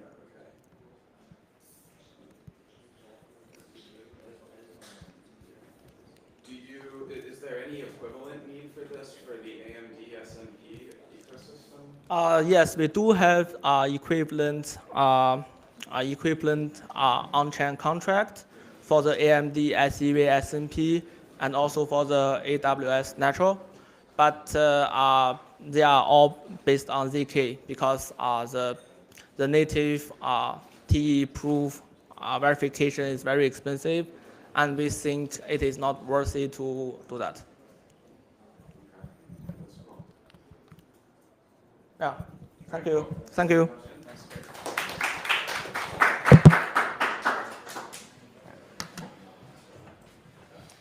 Okay, we'll do one more right away. We'll continue with one more right away and then maybe take a tiny break. At least I'll want to go to the bathroom after the next one. Yep, Peter is here. So while Peter is getting connected, Peter's from Oasis, and Peter is going to talk about Oasis ROFL, which is, like dstack, also a containers-based confidential VM system built on Intel TDX. I think it's Intel TDX specific. This paradigm can be done on Intel TDX as well as AMD SMP as well. But I think ROFL is for now TDX specific. And also, like dstack, it includes a significant EVM contracts component.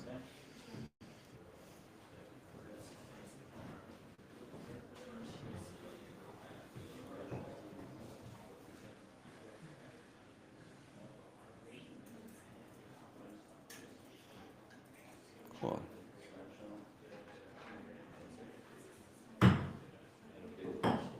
Fantastic. All right, here's your clicker. Thank you. And your microphone. I guess hold it close to the mouth. Okay. Can I take this down?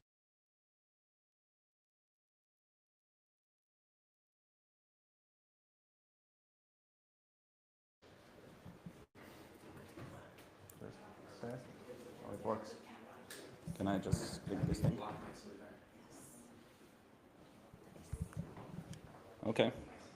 Okay, yeah, I'm Peter. I'm an engineer at Oasis. I've been there pretty much from the start, like 7 years now. 7 years.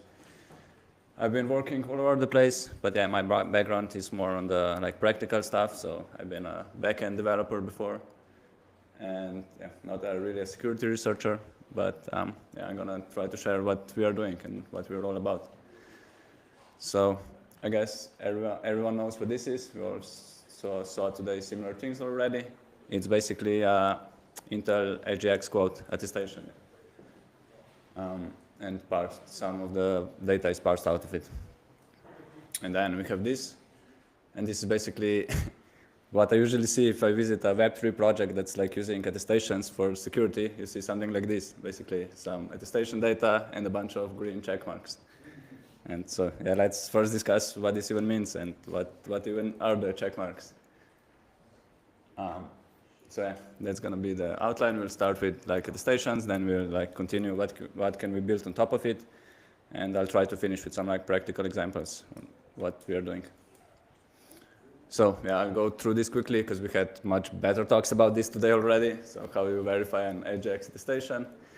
You download like a blob, you read the manual, which is like 100 pages, and a separate manual for every provider, of course. You extract some of the fields that the manual says that are important.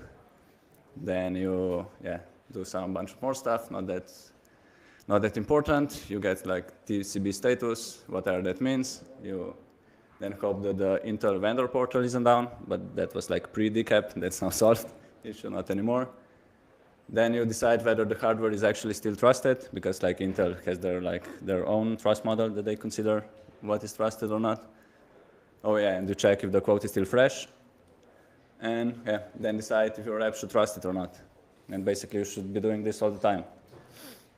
And yeah, this is actually doable, not that bad. So yeah, maybe what does a quote like this actually prove?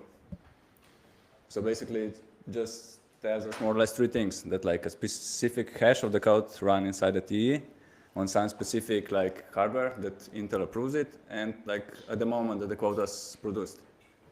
And that's mostly it.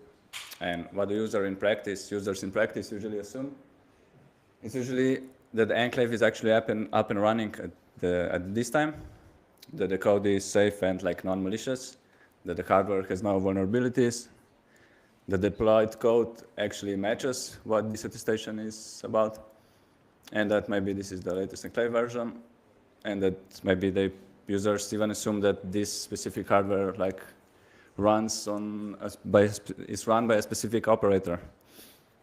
But yeah, of course, none of these are true, at least like not by default. So I think all the projects should be a bit clearer about this and should like showcase this stuff, not just show green check marks, and try to like explain what's even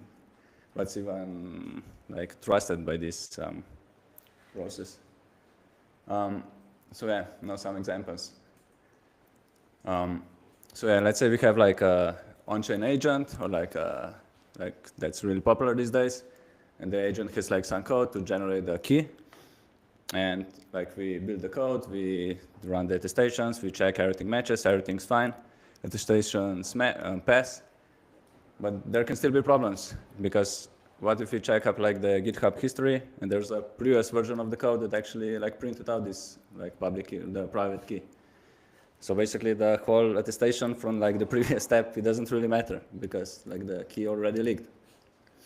So there's like a precondition for attestations even is like that you need to now have a like transparent upgrade path, because otherwise like there's not much use case of the attestations at all.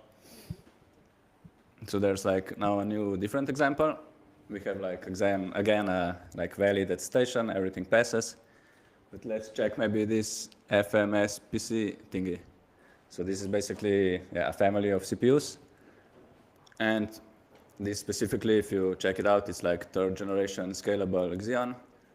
And yeah, if you like go on Twitter and you brag about it, this annoying guy shows up that we already talked about. And like, yeah, it says that you're wrong. So yeah, this is a bit exaggerating, but I mean, this is a valid report. The Inter says that this is trusted just because like attacks like this are out of their trust model. So, and usually users aren't aware of it. So yeah, again, like a completely safe and valid attestation, but doesn't really prove much in practice. So then we also have this proof of cloud thingy. That's an initiative that started as a response to the attack from the like previous slide. I think there will be a separate talk about this. So I just mentioned that, yeah, basically this is just when you get the attested report, you basically just do some more policies on top of it. So you don't just trust the Intel's like security model, but you have like your own trust policy. And this is something that like users shouldn't be even know about this, or they shouldn't like, this should be done automatically for them. And then a short slide, yeah, oh sorry. And then a slide about reproducible builds. Yeah, this one is simple. So everything we talked about, it doesn't even matter if you don't have reproducible builds. Because like there's no use in attestations if someone or you independently cannot like take the code, like compile it and actually check that the hash of the code matches what the attestation is about. So I think this one is pretty clear. So if you now like do a short recap what we went over and some things we didn't.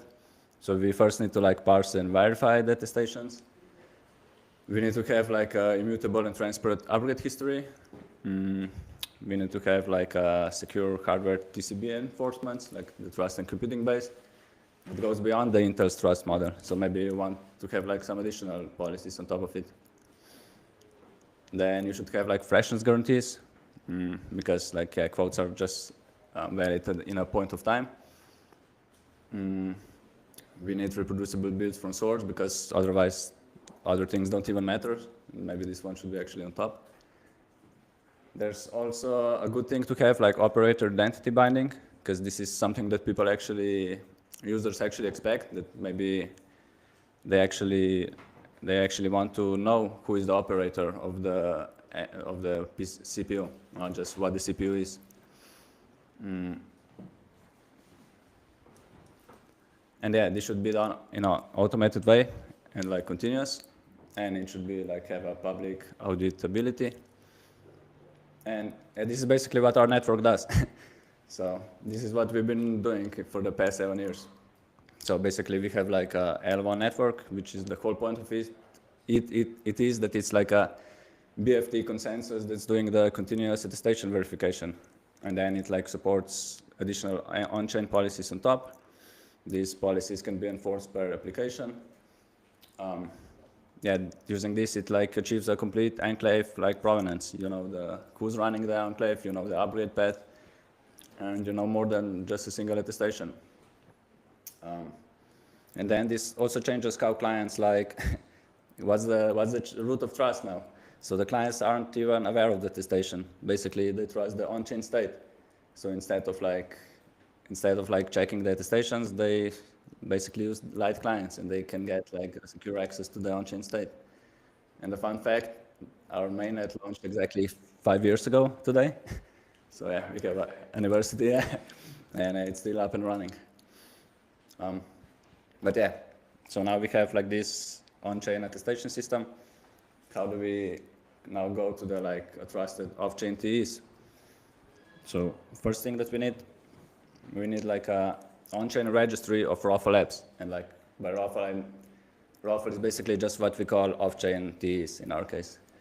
So basically we need like a on-chain registry where each like app has an ID, owner, and some attestation policies that are like stored on-chain. And basically this registry defines like which enclaves can be run and like which operators are allowed to run it and stuff like that, like depends on the use case. Then in addition to that, we should also, we can also do like, let's make every enclave startup an on-chain transaction, because then users can actually also know if the enclave is currently running or not. And how do we do this? Well, basically, we require that before an enclave app can start, it needs to register on-chain. So it needs to like publish a transaction. And since we have like our consensus, like the on-chain state is the root of trust, well, we basically just put a light client inside every ROFL app, and like on startup, the client like needs to send a registered transaction on-chain and then also verify the registered transaction passed. And yeah, not just on startup, this should basically be done periodically. So ensuring freshness of the attestations and all the other stuff. So you then get basically something like this. So every like ROFL app that's basically a TEE off-chain app is basically running a light client inside, and on startup, yeah, it needs to register on-chain, and like this registration part like also does all the policy checks and stuff that we talked about before. So that's a bit beyond just the attestations. And now that we have like this established like the on-chain state as a root of trust, we can do like even more cool things. So now also like an outside client, so someone that's not really like a part of the network can basically use this on-chain state as a root of trust without ever touching attestations or even knowing about them. So like, an example of that is like attested TLS. So let's like, instead of just a light client, let's maybe also put like something we call a ROFL proxy inside every ROFL app. Basically what this proxy does, on startup, it like generates key. I'll talk about that later. Using that key then creates an ACME client called Let's Encrypt and actually generates a valid certificate and then publishes the public part on-chain. Because now we can have like on-chain, we can have like a trusted part there that we can be sure that only like active live specific enclave can write to it. So now an outside client, instead of again just even knowing about attestations, an outside client can just check Oasis on-chain state, gets the public key, connect directly to the ROFL app. That URL can be like obtained in an untrusted way, and via this TLS pub key, it can be sure that it's like talking to a T inside the enclave. And this like the same pattern can then be used for like different like cool use cases like encumbered wallets. Like you can generate a Ethereum key on startup and then publish the public key part like again on chain. Yeah, similar for like ERC 8004 stuff with like agent data card. And yeah, so I've been mentioning policies a couple of times. What even these are? Basically, policies are basically on-chain rules that are like that tell you like who and what can be run in a specific ROFL app.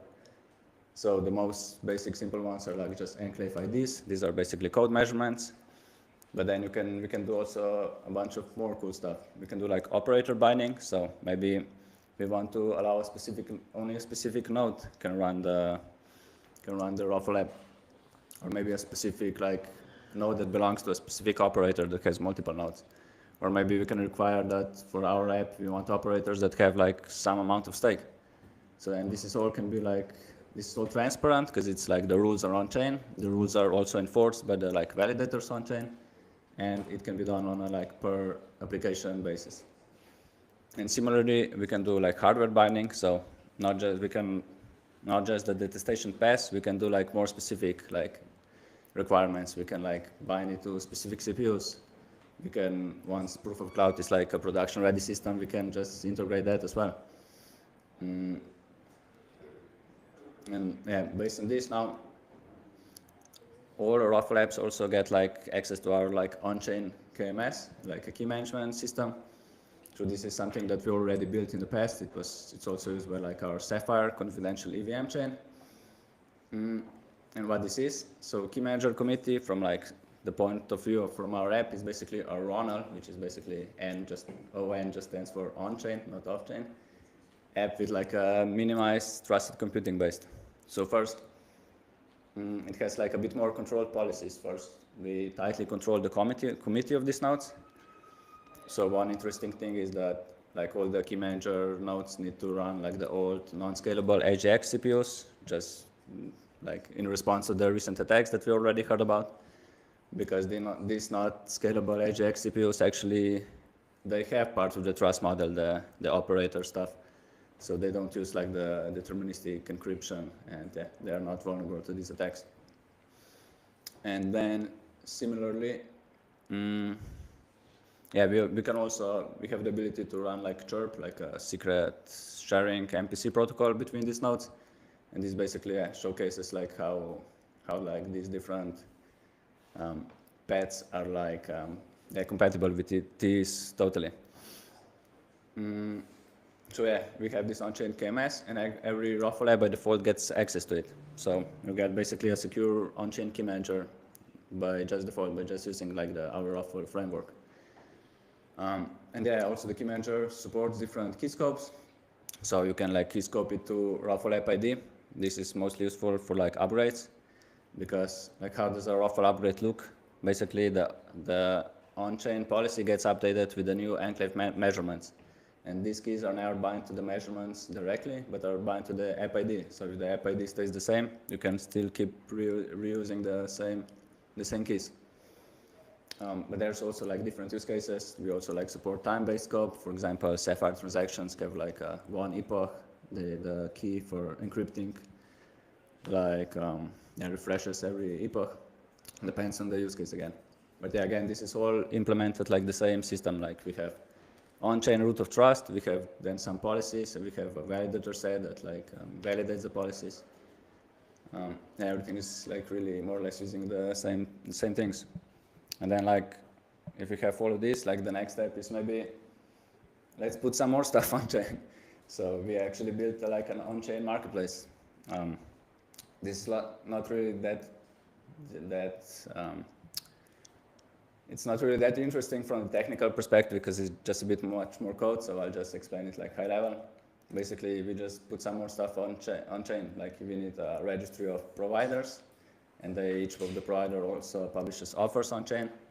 And then you need like a ROFL app, which is doing the scheduling, which is like running the providers are running to like run other apps.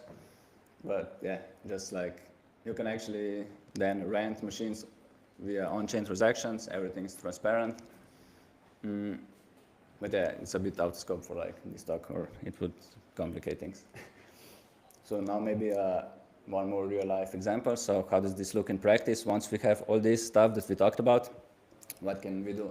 So for example, Talos is like a trustless treasury agent that's been like up and running for I think 6 months or something. And it first started as like a normal agent, not a trustless version. And then you can check out this Talos improvement proposal number 5. And this is basically what were like the proposed offers. Basically from the self-hosted keys, it was transitions to like Onchain KMS. The upgrade governance before it was like manual upgrades. Now it's fully transparent with on-chain policies and transparent change history.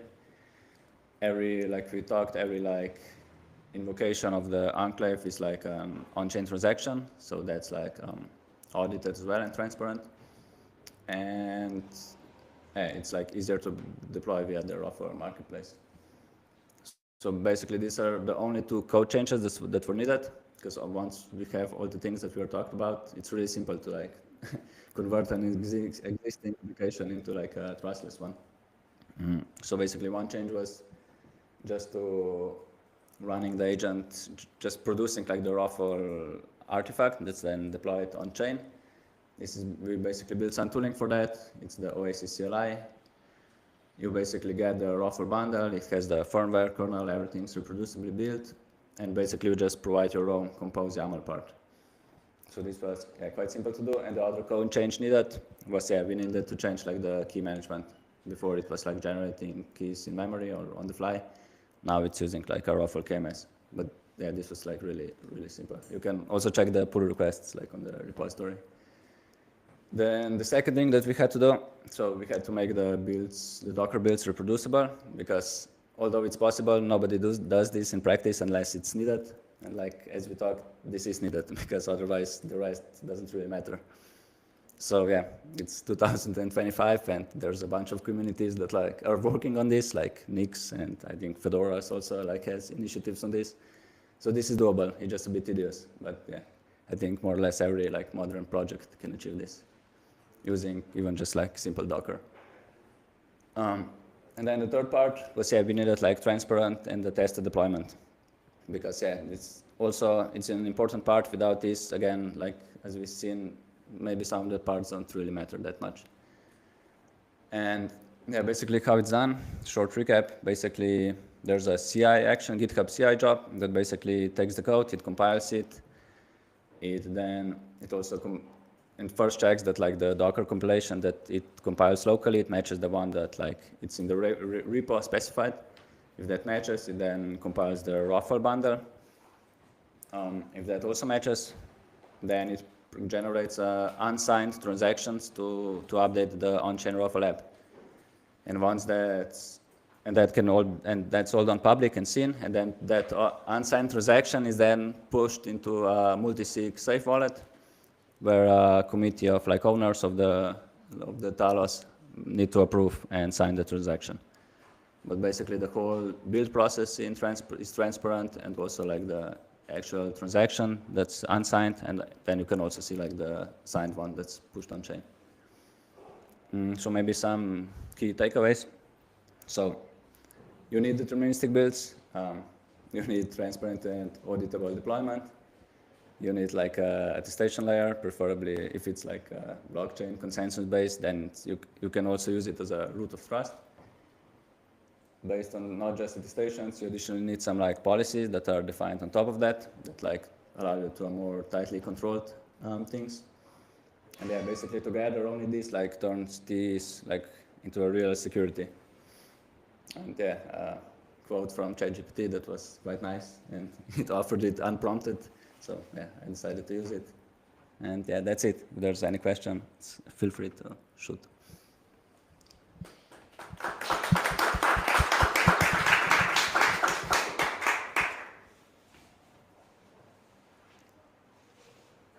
Oh, go ahead.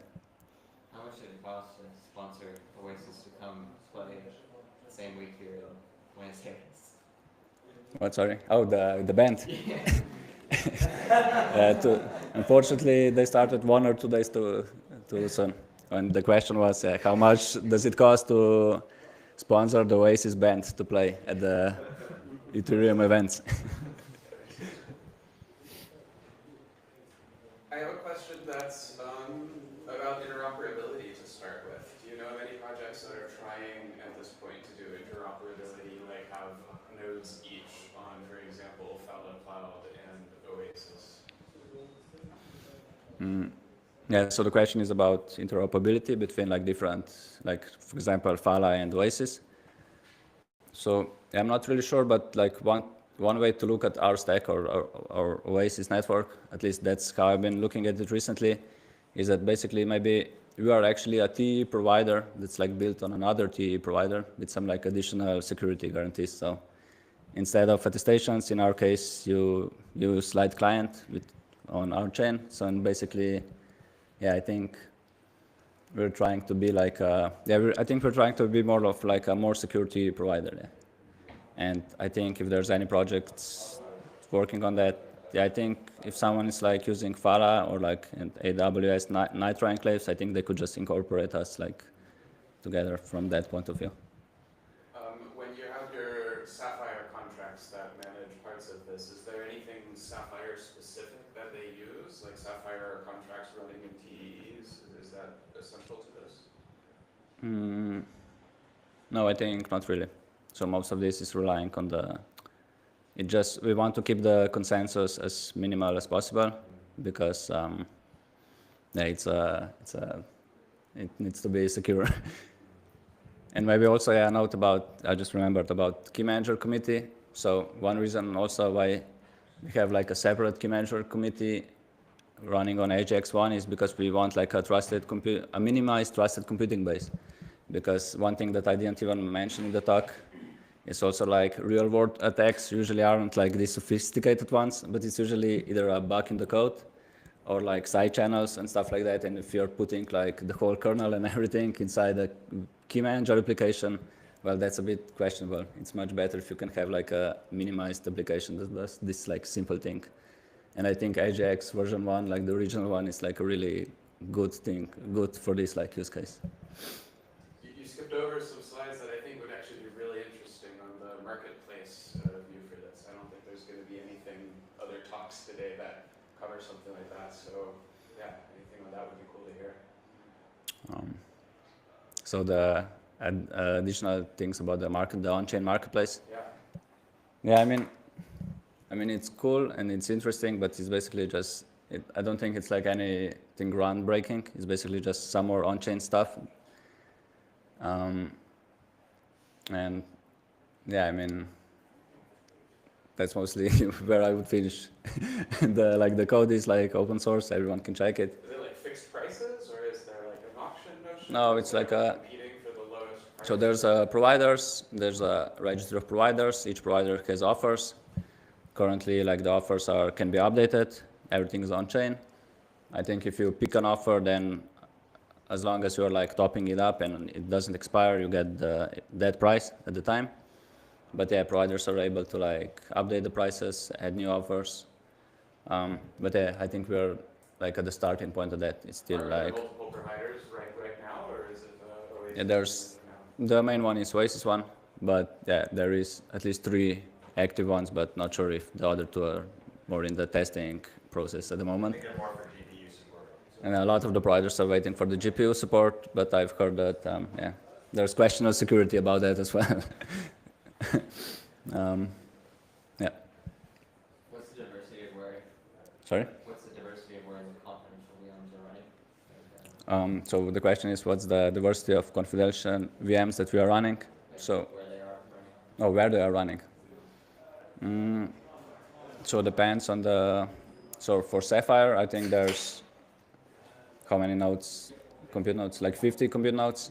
And I think they're mostly running on different like bare metal providers that provide the access to the like AJX and TDX, because you can't run it on like AWS and GCP because they don't like expose the bare metal things. And for the, so yeah, I think it's just the, You require bare metal for all this stuff. yeah, you need like a bare metal machine. So I think OVH, Phoenix Snap, some home operators. Yeah.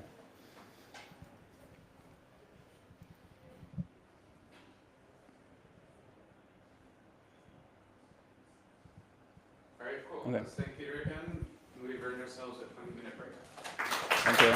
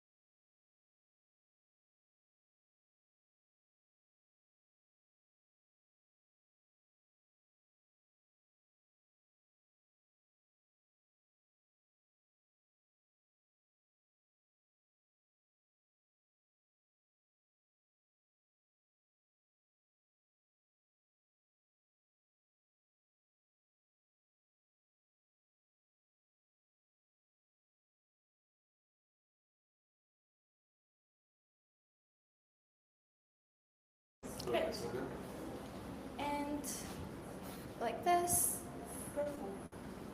But I have to do it landscape. Is that okay? What? If I do it landscape? Sure. Otherwise I don't get you. The mic.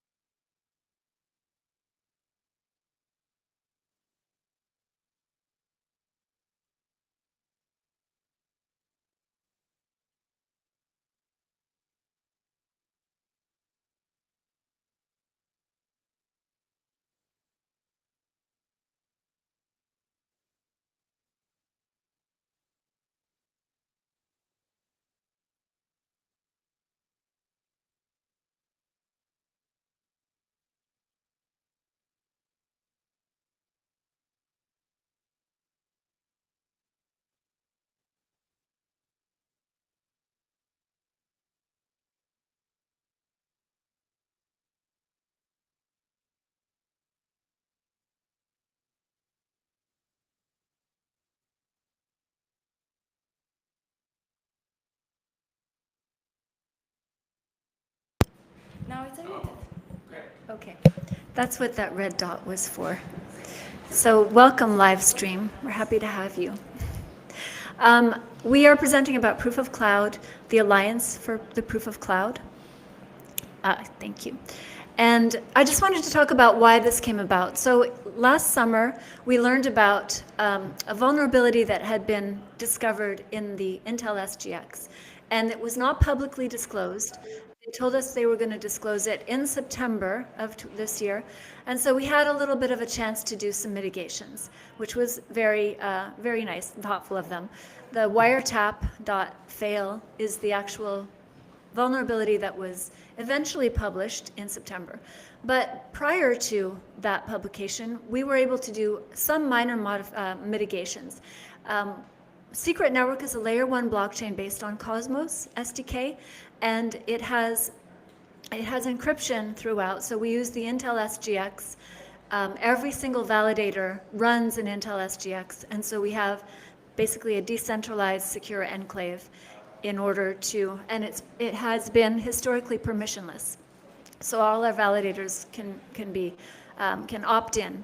But in order to mitigate against this vulnerability, which we'll talk about a little bit, it was covered earlier today, but just in case you missed that one, we made our network permissioned. So all validators who were currently on secret were whitelisted, and we closed it down for new validators. That was the initial mitigation in order to make sure that no malicious actor could come in, set up a validator, and use this vulnerability in order to decrypt the entire network. Not a pure security, not a full security solution, but it was a mitigation. And we started working on longer term mitigations as well. Since then, so on the very day that Wiretap, it was a surprise to us when Wiretap Fail came out, we knew that was coming out. On the very same day, Battering Ram actually published pretty much the same attack with some modifications. So there were two that came out on September 25th or September 30th. But fortunately, we were already a little bit prepared for that. And we had already started thinking about the long-term solution, which is proof of cloud. So that is still under development. And I just wanted to show you these. Actually, you want to talk about these? These are the different, we can go over them quickly since we're limited on time. Yeah, so I'm just going to touch very briefly. I think most of this was already kind of touched on earlier in one of the presentations. But so wiretap.fail specifically was focused on the second and third generation Intel hardware. So it basically uses an interposer connected to the memory bus and uses that in order to decrypt and pull the decryption keys, enabling someone to spoof an attestation, make a false attestation basically. That allows people to then just read all the encrypted data in plain text. Battering Ram was essentially the same thing. Now, about a month later, there was the TEE.fail attack, which took that to the 4th and 5th generations, as well as the Xeon 6. So essentially, it took it from the SGX over to cover even the TDX and the machines that most people are using for confidential virtual machines. And then, so now all of these attacks do need a physical access to the machine. So someone has to physically have the machine there. They have to be able to take it apart, solder some equipment onto the motherboard, and connect into the memory bus. So how do we, the rest of this presentation will be going into how do we mitigate the ability for people to physically access these machines and attack them. Yeah, exactly. And the proof of cloud term I find is getting overloaded because we had an earlier paper presented on proof of cloud. And so I just wanted to explain the difference. The paper that was presented earlier was a year of research presented by Filip and research by all these people. And it was the data center execution assurance for confidential VMs. So the technology of how we get attestations for the hardware and mitigate any potential attacks. The Proof of Cloud Alliance is actually an alliance of people that we are developing in collaboration who are dedicated to achieving data center execution assurance for confidential VMs. There's an error message there, but I'm not sure that matters. So those two terms are kind of, they sound similar, but one, the paper is really the technical, and we're focused on the collaboration. And then there's another term, proof of cloud, for cloud providers, which is what cloud providers are providing to ensure that we can attest their machines. I think this is you. Okay, so going back a little bit, Lisa did talk on kind of the first steps that Secret Network took. These attacks basically took the era of permissionless encrypted networks to an end. So historically, Secret Network was a permissionless, privacy-preserving smart contract network. And we were forced to change that, making our network permissioned. And essentially, the only safe way to do these at this point is to also run in a permission set so that you know who is providing validators and nodes and make sure that they're trustworthy. And so Proof of Cloud is basically focused on changing that and eventually creating the framework for permissionless networks to exist once again in a safe way. Proof of Cloud is basically a vendor. The alliance is a vendor-neutral alliance that maintains a registry that's meant to be append-only and transparent of server hardware identities. So the trust assumptions are moving to the host or operator being honest to ensure physical security. Now, there's a number of weaknesses here, and we're not there yet. This is a work in progress. There's a lot of work to be done to achieve proof of cloud that is realistically secure in the real world.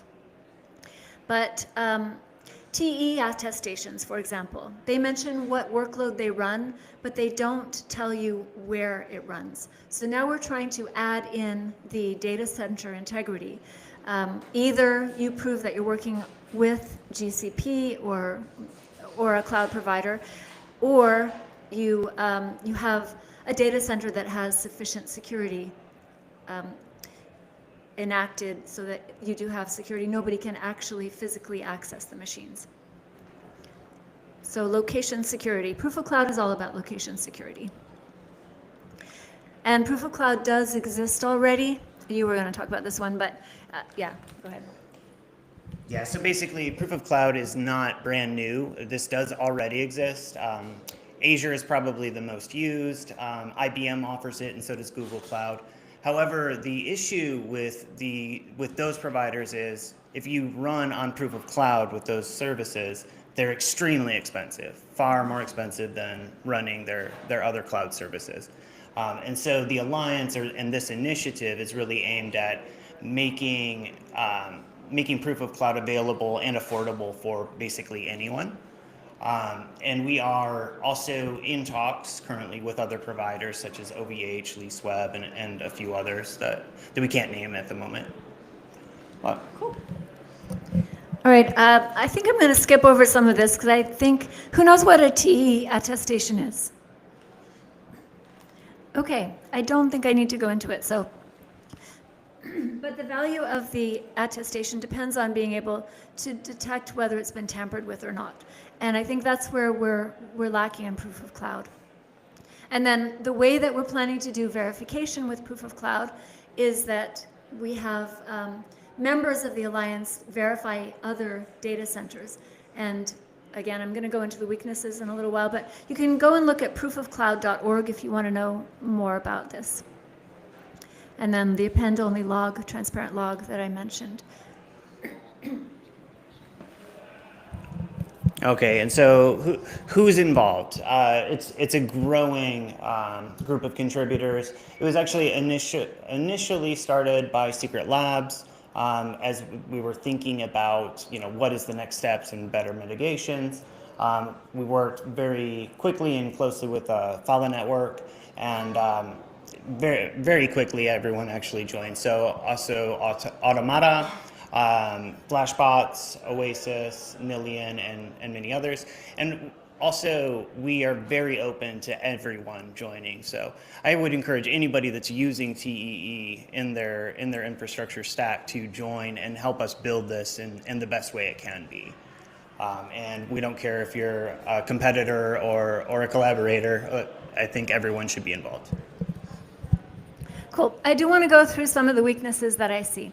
So right now where we are is we're depending on cloud providers like GCP to have security and to be good actors. And how can we verify? How can we actually verify that they're not tampering with machines? Like there's a huge trust assumption there that isn't really compatible with decentralization philosophy. So that's one weakness. And then bare metal data centers, they have varying levels of security. I asked the question in the earlier presentation, is there a protocol for verifying whether a data center is secure enough for Proof of Cloud? And the answer given was that people who are using the certifications can choose which providers they want to use and which they don't. But then there's a weakness on how do you evaluate the providers and the data centers. There's a lot of uncertainty there on how that will work. And then the current manual process of verification, having providers go and do cross-verification on other data centers, or members do that, it involves travel. There's no incentivization scheme at the moment, so that would have to be built out. in order to make that worthwhile for people to do. The pledge to join the alliance is a pledge. I don't know what the consequences would be for breaking it, but I don't think there's any legal consequences. So, that needs to be beefed up in some way. And then I'm a little bit worried about the mitigation of attacks. If attack does occur, how do we back out fast enough that no financial loss happens? It seems like it's pretty impractical to actually prevent financial loss if someone reported a breach of a data center. And then detection of tampering. I actually got this from the earlier, so thank you, Filip, for the presentation. The Frankenstein attestation, where you proxy traffic of the CVM from your home through the cloud provider, GCP, is a weakness. And then having different CVMs on the same node, how do you differentiate them? So a number of pretty serious concerns about it. And where we are now is we're doing manual verification and we're building all the rest of it. Some of it is medium term, some of it is long term, but the vision is to get to a place where we have continuous monitoring, automated continuous monitoring. And if a certification is broken, that gets mitigated immediately, consequences happen automatically. So we're a long way from that, but again, I always think about the example of open source TEs, right? We're a long way from having that, but we still work on it because the goal is valid and valuable.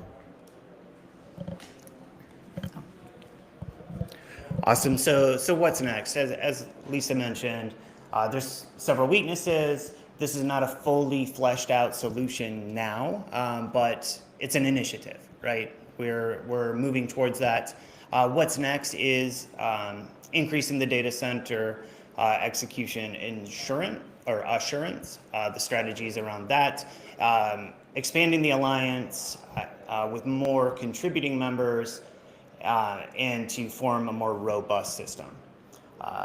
Involve more cryptographers, cryptographic verification levels. Also bring in more blockchain experts, thought leaders, designing those cryptographic proofs, cryptographic bindings, making the automation a little easier to do at the mathematical level. Building out the continuous monitoring, as Lisa had mentioned, the time to mitigate from an attack. We need something a little more real time in order to have a quicker execution there. Move away from reputation-based trust only. And then also onboard more data centers. As I mentioned, we're talking with several already, and we want to bring more and more in. Let me see, and also support for measurement-based detection with tampering and more solutions using Intel TXT. Which I also learned from the previous presentation. I got to look into that more. Just heard it for the first time today. And then Andrew asked us to talk about Secret VM. So I'm just going to say that Secret VM is basically what we're doing is trying to providing confidential infrastructure for AI using the H100 and the SGX locked up in a larger secure enclave in order to support larger LLMs. Do you want to say anything else about that? Yeah, so Secret VM, very similar to others that were talked about today, such as the Oasis ROFL and Phala's. Secret VM essentially allows you to run a confidential virtual machine, launch an application. Essentially, any application that can be containerized and put into a Docker image can be run inside of a confidential virtual machine and add the privacy level to it, as well as verification through the TEE attestations. So adding not just privacy, but also verifiability, which is super helpful in things like AI agents, where most of the decentralized AI space just runs on quote unquote, trust me bro as the model. And so I think it's really important to add that verifiability level. Any questions, ideas, feedback? What does the list of what does the list of data centers look like at the moment? Are there, like, how many whitelisted data centers are there, and what is the process at the moment for like whitelisting a data center? If you apply, then we'll go through the process of whitelisting it. So that's the answer to your last question. As you saw, like it's very new. The mitigation, the vulnerabilities were only reported less than around a month ago, all of them. And so now we have several members that weren't shown on there that have recently been whitelisted. So I think we have around 12. But of course, if you include the cloud providers, then they already have proof of cloud implemented. So those ones would be counted. Do you want to? Yeah, I can touch on it. Yeah, so it is a great question. As mentioned, Azure, Google Cloud, and IBM do offer this. It's extremely expensive. We started this only about a little less than a month ago, so you'll have to forgive the short list, but we are speaking with, I believe I'm okay to mention OVH and LeaseWeb, they actually are used by a lot of like validators and node operators in the confidential computing space. So that's a big one. They're very actively interested. They don't yet provide it because some of that infrastructure is still being built. So the Alliance is actively working with those data centers to build out the proofs and verifiability frameworks. I went through the whitelisting process with my bare metal in a data center entity, and it didn't take very long. What does it consist of? What's involved in the whitelisting process? What do you have to prove about your data in the data center? It's mostly a pledge of a list of things that the data center provides. So check marks, conversation, education about what is expected of us in the event of a breach or a change in the data center. So it's pretty loosey-goosey at the moment, like I said, because it's all a manual process, but it doesn't take very long. It's just really understanding whether there's enough trust there that, and my company's been working with Secret Labs for over a year already, so there's a lot of trust, so that probably is why it didn't take very long. But if you're coming at it new, we'd have to do a little more due diligence. Yeah. Did that answer your question? It was a start, I guess, like, are there criteria? Who set the criteria? I guess I have a related question of what's the governance model of this alliance? And Great questions. Rough consensus on what the criteria are that you should apply?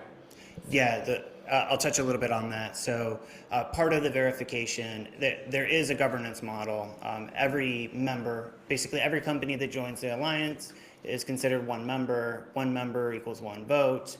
And that's the basic structure. There is the verifiability. So when a new data center is added, there has to be a verification level, and currently it's being done with video calls rather than the physical travel to the data center, walking through it, but someone is on site with the video showing the exact security levels, so showing, okay, this is the machine, this is where it's at, and this is the security surrounding that. And there has to be a quorum voted that says, yes, this is secure.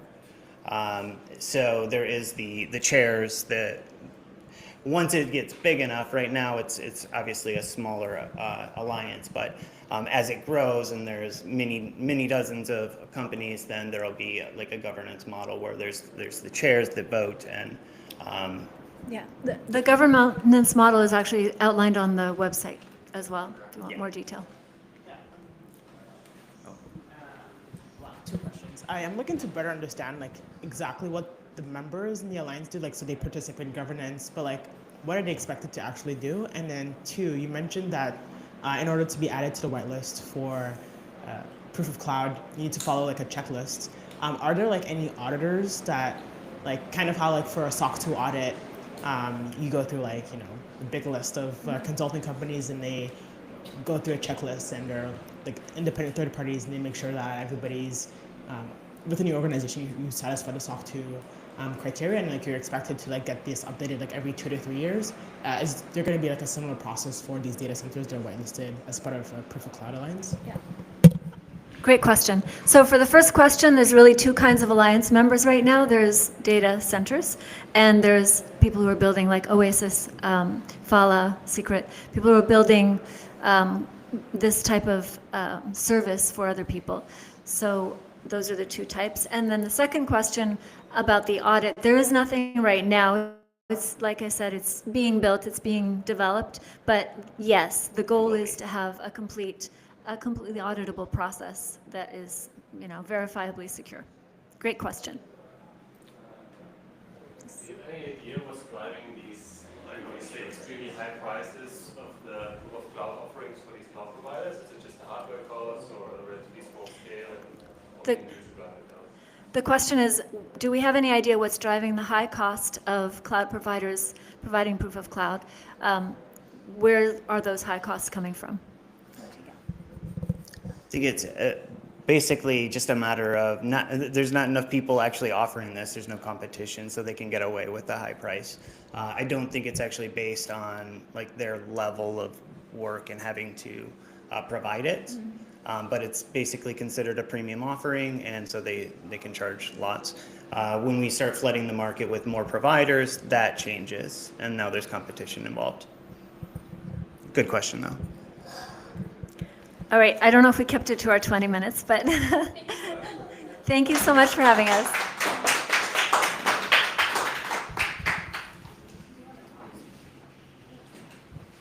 Do I want to talk or what?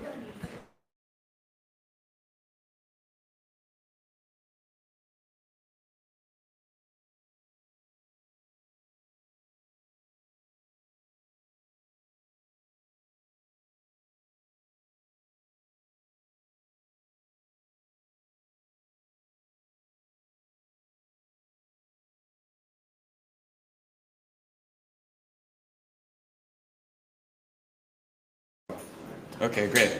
I'll keep talking. Hey, Justin, if you're there, you can start screen sharing, and that'll be great.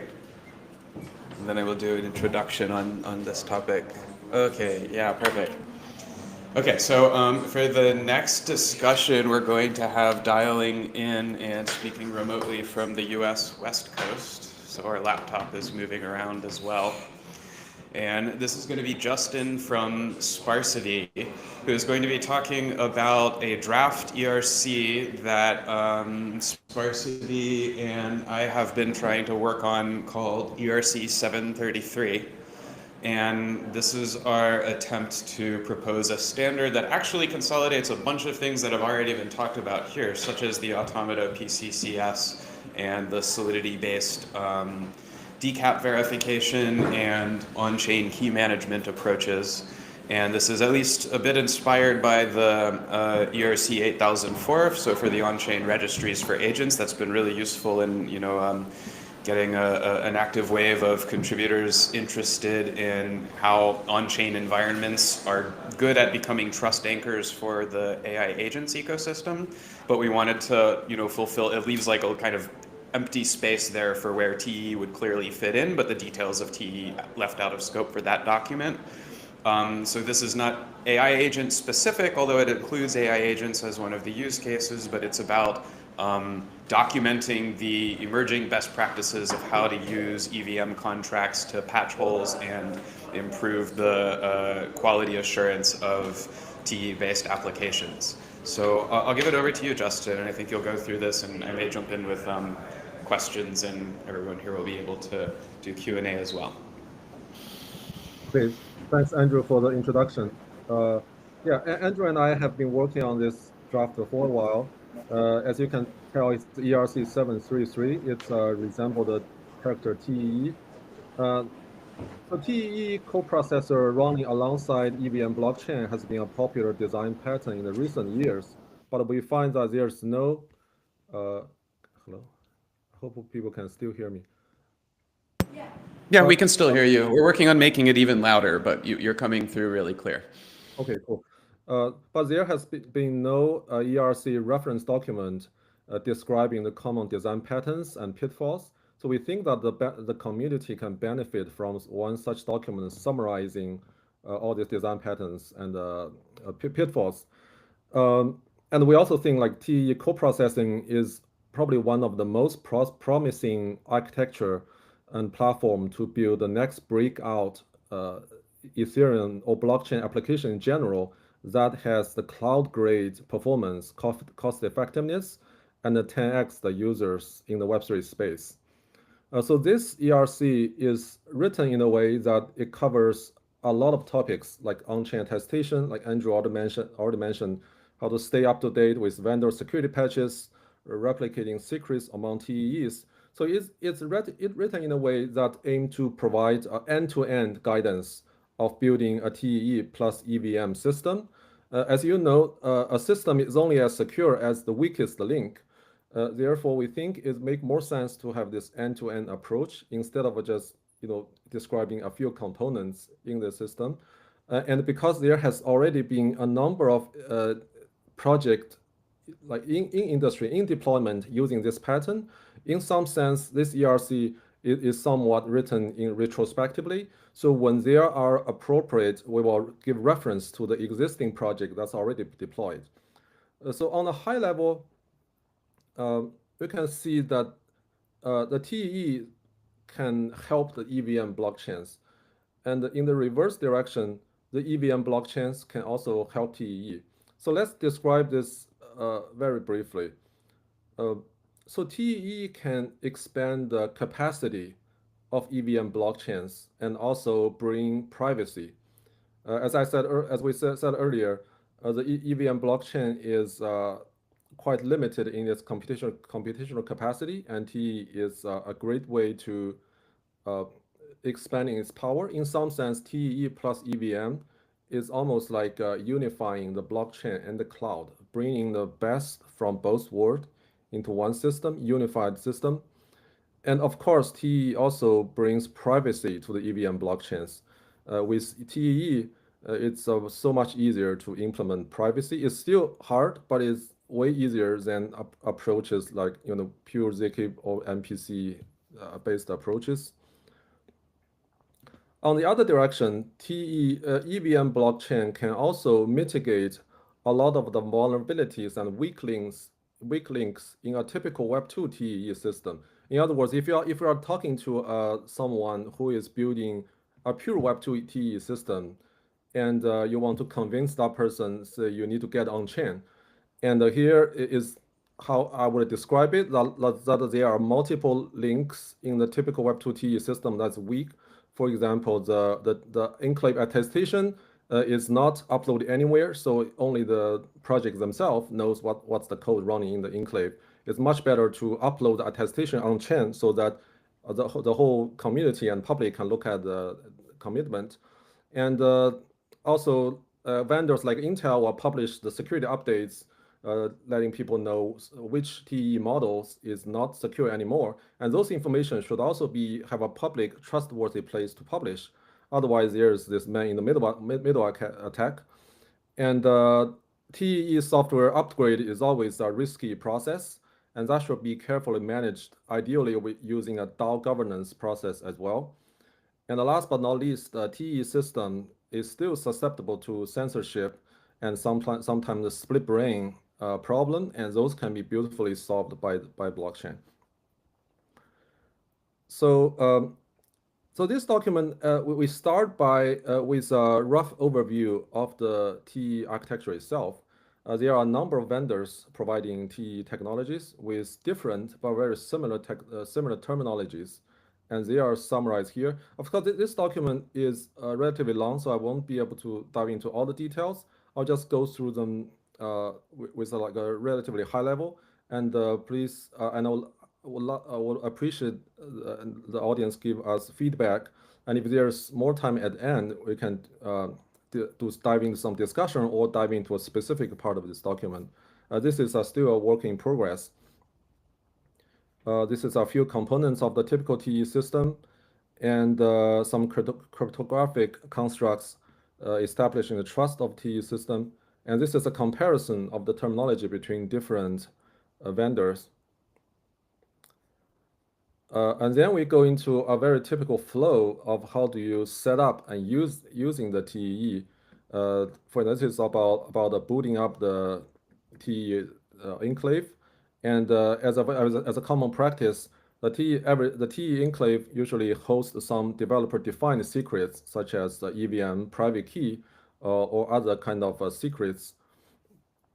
And finally, the TEE enclave attestation document is verified. In this case, I mean, we are not talking about on-chain attestation yet, but this is just for anyone to trust the TEE. They need to verify the attestation documents. So this part is about a single enclave TEE setup, and there are multiple reasons that one want to use let multiple TEs collaborate together. One of them is to horizontal scaling, because one TE just cannot handle the traffic. The other thing is that when the TE crash, you want to recover with the previous secrets, and some kind of KMS will be useful. And also when you upgrade the TE software, multi-TE collaboration is essential. And here's a rough overview of the multi-enclave setup. For the next section, it's here just some basic discussion saying TE is not perfect. It still can be subject to side channel attack, and the upgrade should be specifically pay attention to, because otherwise the developer might just create some backdoor in the new version to steal the secrets, etc. In the next section, we briefly list the type of application that is enabled, unlocked by combining TE and EVM together. This is by no means an exhaustive list. In principle, any application that requires both performance and trustlessness is a good candidate for TE plus EVM. Of course, if you have thought of if you're excited about any application, please let us know at this email. Before we roughly go through these applications, this application can be roughly categorized along two dimensions. One is the application stateful or not? Some application might be stateless, and the stateful applications usually have their state managed on-chain. They usually store their commitment or the sensitive data on-chain, use the blockchain to sequence some actions. And the other dimension is that whether those applications rely on external Web2 services, which will require them to talk to those Web2 services using like TLS connections. So here is, because I won't go into all this application in detail, but quite a few of them already have some reference implementations. Like Bridge has quite a lot of reference implementation in this architecture. So after this applications, let's look at, let's dive into the basically TE plus EVM architecture design itself.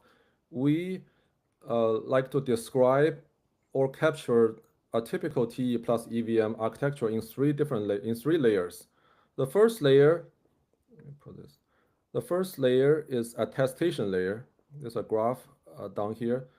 Attestation layer concerns how to establish the trust of the code running in the enclave. And this code is hashed to a succinct, it's hashed to a string called the code measurement that is verified through the attestation document and the commit on chain. And the community needs to audit the code to make sure the code actually hashed to the code measurement. So that's the attestation layer.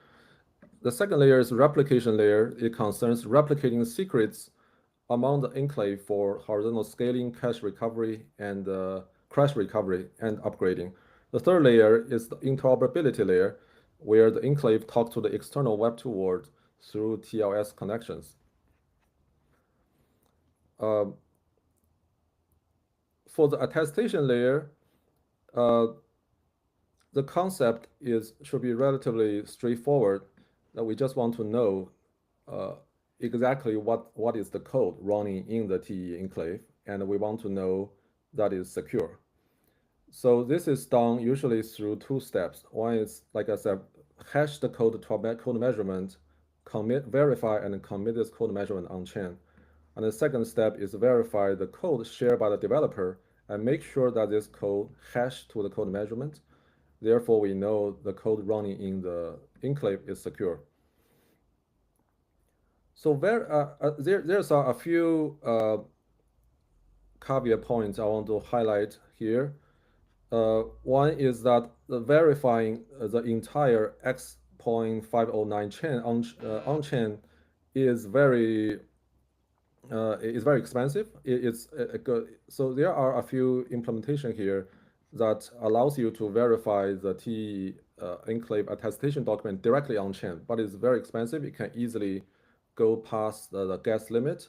So there's a number of gas optimization techniques, such as caching the intermediary certificate on chain, or using a ZK proof, running the verification process inside the ZK VM and verifying the ZK proof on chain, or running the verification process inside another enclave and verifying the signature on chain.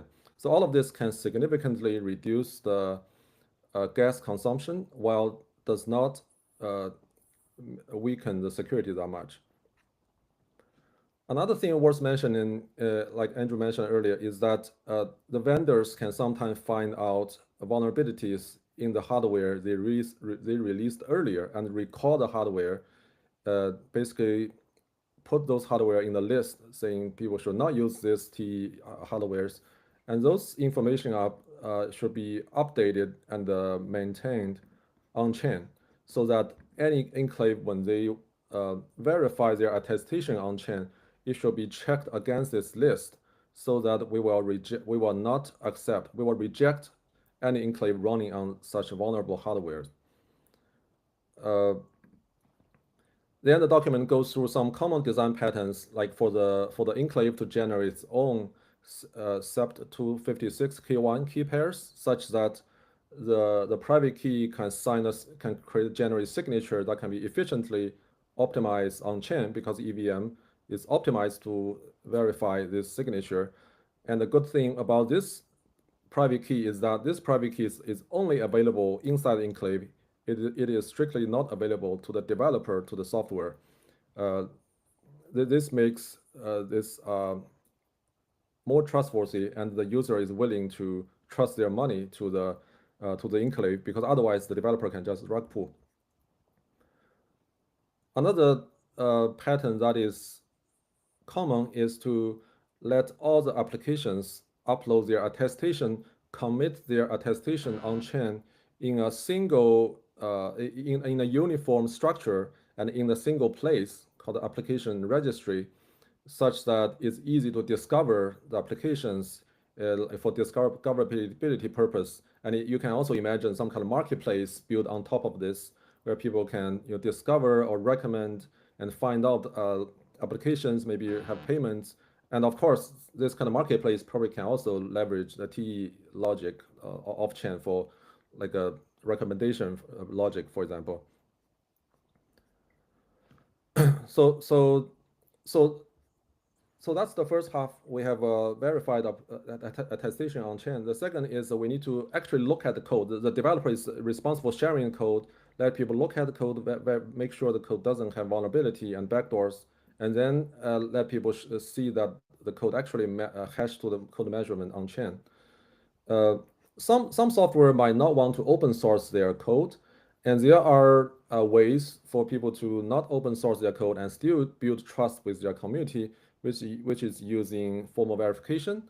The developer simply publicize the business logic spec and then run the formal verification on the code base, which is private, inside some kind of verification container like a ZK VM, and prove to the community that the code base that running in the TEE actually conforms to this publicized logic, even though the code base itself is not published.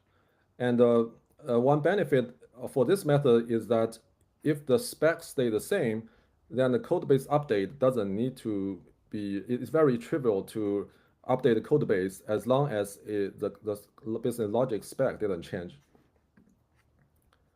So the next layer is replication layer, where the secrets are replicated between enclaves for horizontal scaling, crash recovery, and software upgrades. The simplest primitive is to replicate the secrets from one enclave to the other. And in this process, it's a pretty straightforward way for one enclave, which has the secret, to encrypt the secret using the public key of the other enclave and send it over.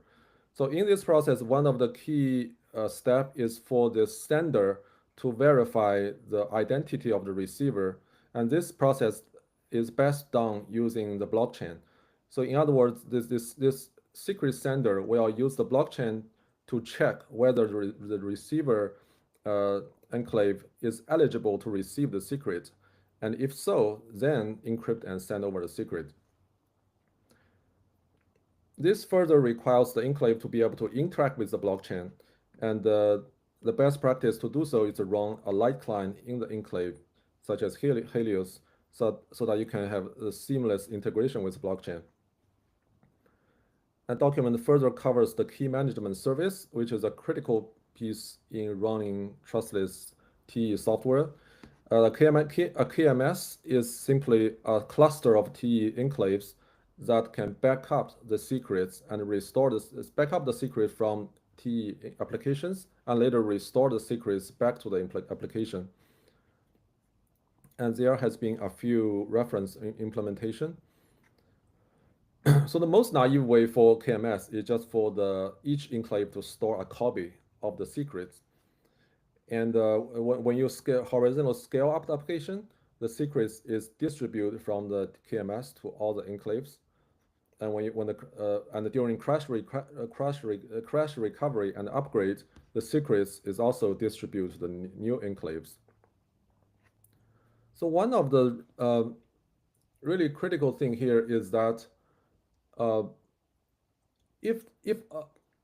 the KMS have multiple machines. So usually, and we would say that as long as one machine is running, we should have a copy of the secrets. But if all the KMS machine crashed, which is a non-zero possibility given some large-scale power outage, then essentially we lose all the secrets, which will be devastating because some of the secrets might be Ethereum private key, wallet private key, and those private key might hold funds, asset like Ethereum or Bitcoin stablecoins. If those secrets are lost, that essentially means whichever application entrusts the secrets to the KMS lost all those funds, burned all those assets. So that's a scenario we need to try our best to avoid. Fortunately, Intel has this really cool feature called deterministic sealing key. It means that Intel TDX machine, if it's power off and power up again with the same code image, then it will have the same sealing key. The sealing key is essentially an encryption key that it can encrypt and decrypt the data and store those data on external permanent storage. So this feature allows the Intel TDX to be able to recover secrets over power cycle. And this is like a very useful and give a great peace of mind. And Intel TDX is definitely essential for building a cluster of machines for KMS.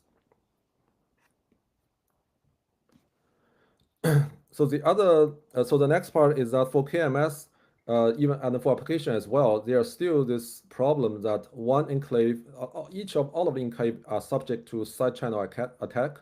If someone compromise one of the enclave, that person essentially will get a copy of the secrets.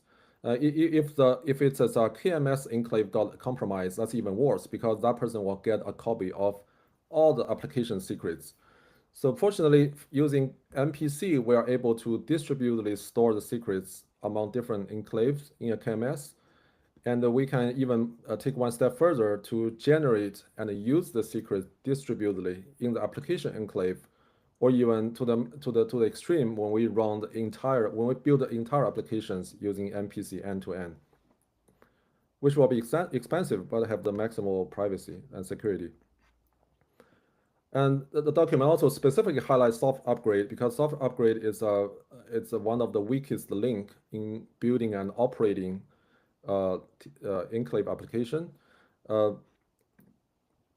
because as we said earlier, the security of the enclave relies on the assumption that the developer cannot access the secrets, but by upgrading the software, the developer can easily put a backdoor to steal the secret. So it's there should be some like notice period or like a DAO governance to make sure the community is fully aware of the new code, and maybe use some voting to decide whether to upgrade or not. And there has been a number of reference implementation in this domain. The third layer, I'll go relatively briefly, is the interoperability layer. Allows the enclave to talk to external services like storage platforms, large language models, and websites. There are some typical patterns like the smart contract using the TEE to talk to external world, which is Oracle, or the external world using a DNS name to reverse proxy to talk to some smart contract. And of course, the enclave would leverage external storage like blob storage to store large blobs of data with their commitment stored on chain. And because enclave cannot store a huge amount of data, and also enclave will lose this data when it's powered off. So it's very typical to store data in external storage.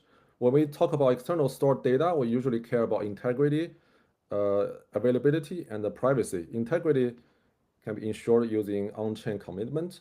Availability can be achieved by replicating the data to get redundancy. And privacy is achieved through encryption. So the next section will go very briefly. It's basically situated above principle and patterns into the ERC 8004 trustless agent, which is very good and popular ERC that was released recently. And again, the simplest setup is a single enclave agent. So I'll just skim this very quickly because it's the same content just in the 8004 context. And there is also multi-enclave agent and upgrading, where it shows the agent can have its data stored in 4 different places. There's a key, there's like an enclave with the working data, decrypted data, and the secrets with commitment and sensitive data on chain. And it also have long-term encrypted data on the external storage platform, and with its own secrets backed up in the KMS. So next, there's a short section about the front-end design patterns, because most of the application will require some kind of front-end to operate. And here are 4 ways to host your front-end with descending levels of trustlessness. The most trustless one is to just open source your front-end, let people run front-end whenever they want on their own machine. And the least trustless is to run the front-end on platform like Vercel. And there are some 2 ways in the middle: host your front-end from IPFS or serve it directly from the TEE. Then the ERC also covers a few typical trade-off when designing a TEE system, like a trade-off between the vulnerability to side channel attacks, but when you want to mitigate side channel attacks, you might use ORAN or MPC, which come with cost. The second trade-off is that when you have a cluster of TEE running the same application, there's always this risk of a double spend, because when one TEE crashed, there might be some action that has not been completed in that TEE. You might want to do that again in another TEE, but that action might also already been done. So there's this double spending risk, and the best way to solve that is to sequence the action on chain, which also come with cost. The third trade-off is that it's very tempting to worry that what if we lost the secret, like the private wallet private key. So it's tempting to give, for example, the developer a copy of that key, so that when the system lost that secret, the developer can come in to restore everything. But that also gives the developer the power to rug pull. There's a balance between convenience and security here, and the KMS is definitely a very useful construct in mitigate that. So in the last section, we define a few opinionated security stages. to give a team some guidance and reference to measure the security of existing or their own TEE plus EVM systems, and also plan the improvement to make the system more secure. We categorize this into four different stages. The first stage is basically when you build a TEE system without any security effort. And the second one, make it more secure against the rug pull or manipulation from the developer, etc. And the last stage is more like a research frontiers, the envision stage that still requires certain technology breakthrough. And we give the requirement for each stage with some open questions. So that roughly captures is a brief overview of the ERC 733. It's a work in progress, and I would love to get your feedback and input. So you can reach us at this time. Hello, I'm Yaoxin from Automata. I just looked through the documentations since I'm more on the TE side. So I see you mentioned so basically in the attestation we have the runtime dynamic attestation and static attestation.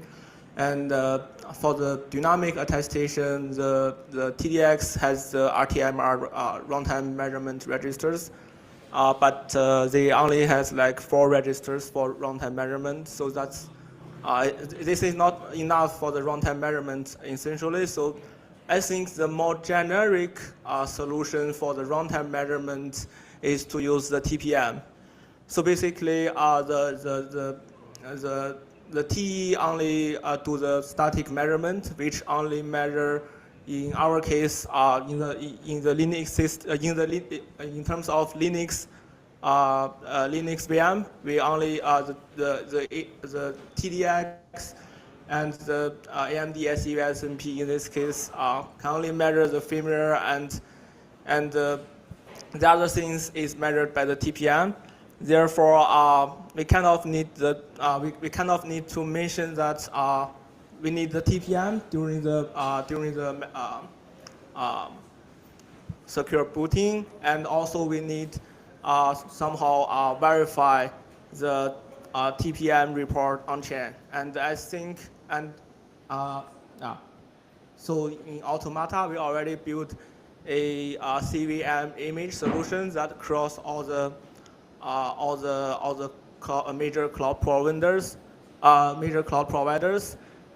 This CVM image solution can use the TPM to measure the runtime workload and everything.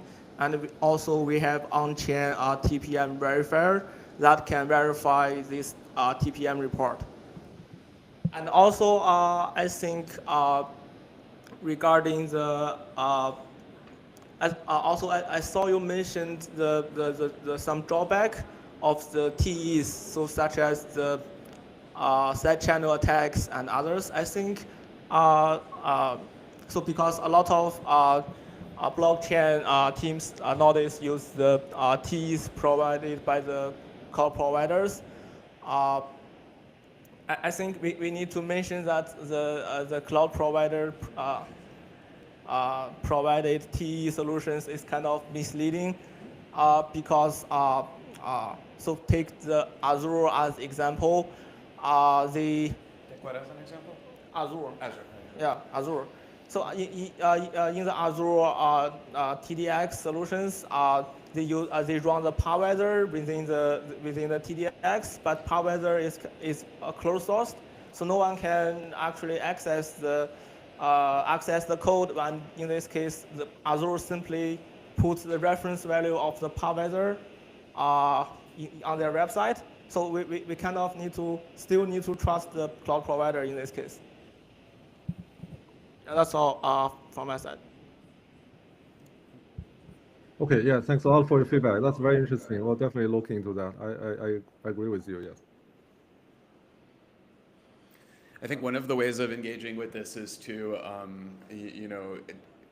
I like the idea of trying to provide a stage 1, stage 2 kind of thing for a couple of reasons. One is that it's you know, a motivation. Like we should be able to set a goal and say, well, we want to, you know, essentially create some social incentive to, you know, reach this kind of a goal of strengthening things. This may be part of influencing the cloud providers as well to include more development, you know, for that as well. But certainly one of the things to, you know, do with this is to basically you know, disagree or haggle over like what should the, you know, different considerations be. So one recurring thing that I get asked a bunch and don't really have I've kind of switched in my mind actually where I would go on this answer is like, should you consider AWS Nitro a TEE in the same setting as like TDX and Azure? Because, well, in all of the other cases, like with Azure and Intel, there's at least a separation of duty of the hardware manufacturer and then the cloud operator that seems to make it so like they both have to collude with each other to, you know, compromise something. Whereas with the AWS, it's a completely opaque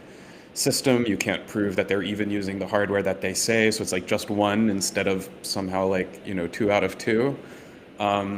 But that's very subjective, and where to draw the line is, you know, maybe up. So I imagine that one way that we proceed with this is trying to, you know, achieve some sort of rough community consensus on where to draw those kind of lines.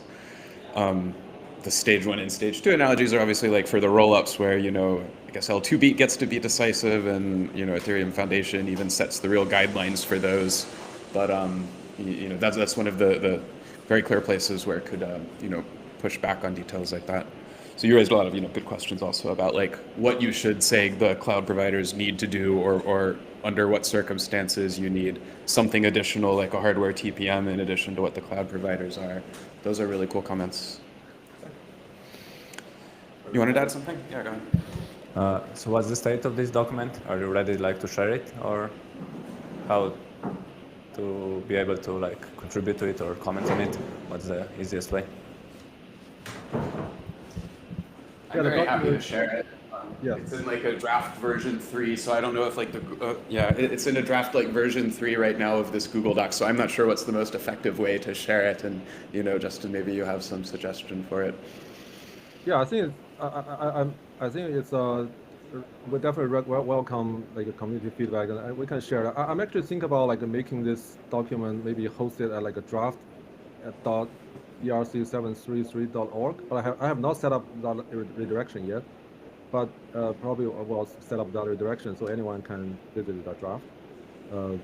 But I mean, I also, yeah, see you, Andrew, what do you think? Yeah, I think that sounds good. Yeah, I had a draft you wrong. Yep. Hey. Yeah, I have so this is a standard, correct? My question would be, what exactly is this standard covering? Is it just the attestation on chain, or what exactly is the scope of the standard? Oh, so the scope is to cover the end-to-end like design patterns for building a sophisticated, secure TE plus EVM blockchain. So not blockchain, application. And as we mentioned here, we are we're dividing into 3 layers. The attestation layer, which is the attestation on-chain part, but there's also a common patterns for replication secrets among the enclaves, and let the enclave interoperate with the external world. So basically, this is aimed to be an end-to-end inclusive guide for building TE plus EVM applications to make it performant, secure, and also sound in design. I'm interested in suggestions on what you think would be an appropriate scope for this. In my mind, there are 2 fairly separate things that you get out of a standard in the sense of ERC standards. So one is just interoperability. Like if there are multiple functional equivalent you know, things, but you want interoperability, it's good to say, well, this is like, you know, the data structure format, and then by just agreeing on one. Often it's the case that just by agreeing on one, even though there are many equivalently good options, but you agree on one, you get interoperability, you know, by default that way. Almost just like pick a shelling point, and that's a convenient way. I think the other thing that you get by it is basically setting like an opinionated bar. Like you can't count as being TEE for trustlessness if you have a single developer key backdoor. That seems like a standard that should be good to enshrine, and actually documenting that in some way I think is a value of that. But I'm really interested in that question. I don't think everything should be a standard. So I think a good question is like which things are actually worth just deciding are out of scope and don't need to be made standards, and where the maximum benefit of there could be. So if you have an opinion on that or want to suggest something, I'd be really interested. Yeah, I'm not really too clued into Ethereum standards. My question as well would be like, how many people are building TEE and EVM projects and protocols, and like how have you used the learnings from then? Because I think that standards are best guided by those who are implementing these things. I'm very motivated by just the problem present now, which is that I know of at least the three that I've kind of been tracking and writing about for a while, of like Secret Network, the Phala network, and then the Oasis network, that all have essentially the same basic architecture for their confidential containers systems, but all in a path-dependent way, and with more or less kind of a connection to their existing They used to have an SGX-based smart contract network, have upgraded that to now have confidential VM. So achieving interoperability for them in some way, or identifying what are the design decisions that they're all about equally good versus these are something that all of them should have, I think is a good way. So some of this is also it's already populated with candidate reference implementations for all of these layers from existing projects that already have EVM-based infrastructure for organizing TEE workloads.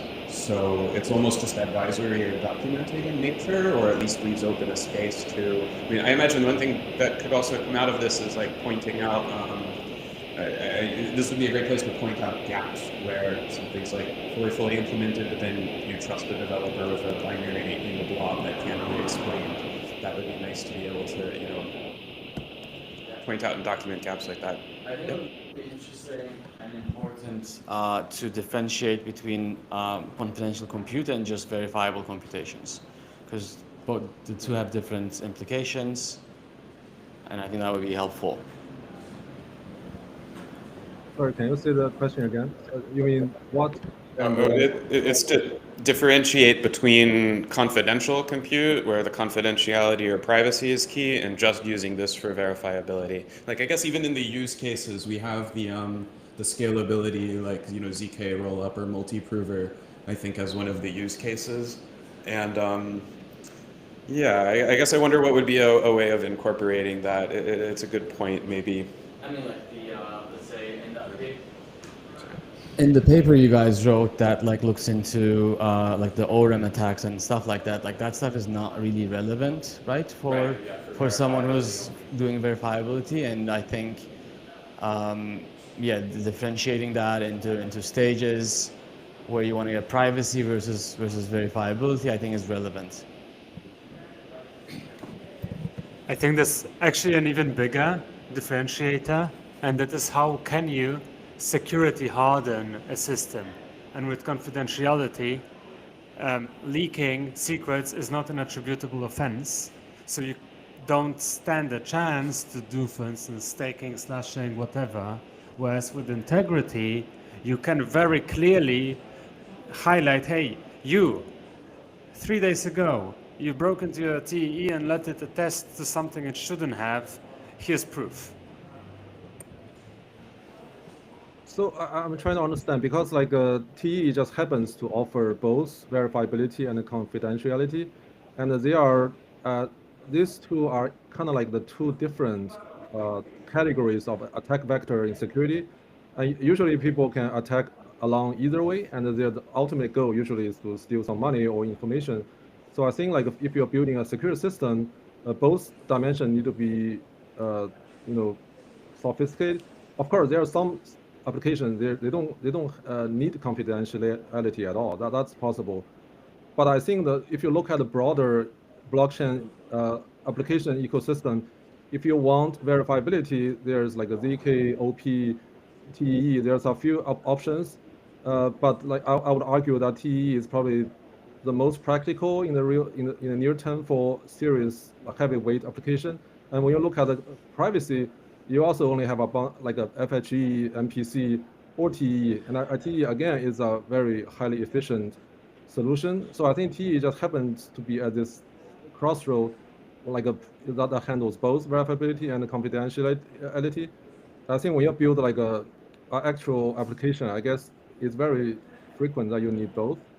And I think the verifiability probably guard against like an attack from one side, and the confidentiality can like guard attack from a different direction. I wonder if at least one way of interpreting this suggestion might be to have like a layered version of this, like maybe first go over all of the portions that are relevant to just, or relevant even if all you need is verifiability, and then possibly the confidentiality could be brought in as a second and additional layer. That might be a way of dividing up the concerns. I'm not confident on it. But I feel like there's a lot of shared ground here, right? Like just your example of does one developer have a background or a backdoor to it? Like it applies to both. So I think, yeah. So I think like there's a lot of commonalities we can build on, and eventually, like if you are doing confidentiality, are you like stage 2 or not? Like kind of thing. I think that would be a good way to put it. Yeah, totally. I agree. Okay, I might wrap up this discussion here. Thank you so much for dialing in and presenting this, Justin. That was very cool. That came across very well. So yeah, that was great. Thank you. Thank you. Thanks everyone. All right. So next up, we're going to hear from Marco. Are you ready to go next? Yes. It's going to be awesome. Now we're going to have to switch around, our laptops half by half. Can put mine We've back. got a microphone set up here. You'll see what we've been doing all afternoon when I show you the ropes here. Are there remote people? Do we need to stream the slides? Huh? Do we have remote people we need to stream the slides, or the microphone is more for like register among us? There are a few people who are live stream. Actually, I think they're also playing it in an overflow room where in the second room. So it's good to speak into the microphone. And did you get a Riverside link from Albi? That's the easiest way to join and screen share that way. Yeah. I'm not even connected to the internet actually. Can I get you the Wi-Fi connection for here? All right.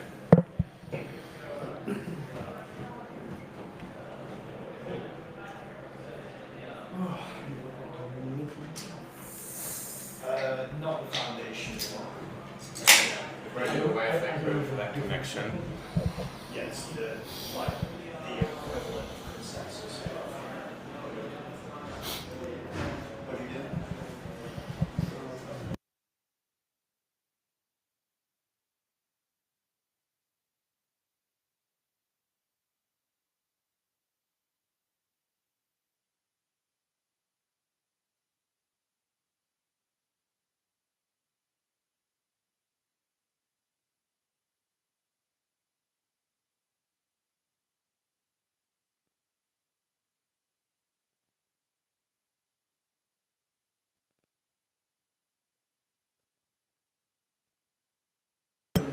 Yeah, Riverside links in Telegram.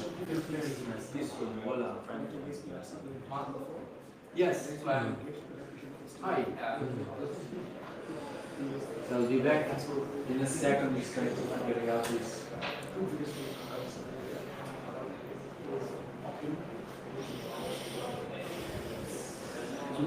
Just right? Yeah, I will just.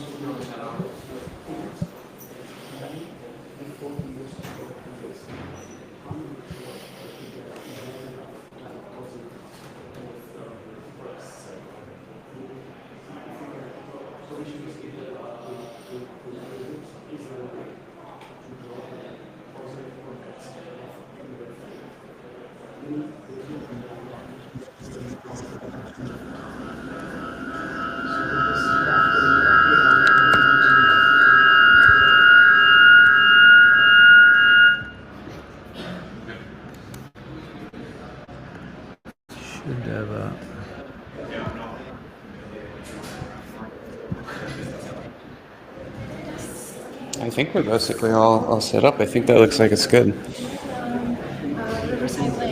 Yes. Yeah, he's already joined the Riverside and it's already sharing. Got all the way through that. Yeah, we're ready to go. All right. Yep, so here's your clicker and here's the microphone. You can just use the... But you have to hold the microphone. That works. Say again? No, that's a good point. Yeah. Need to fight.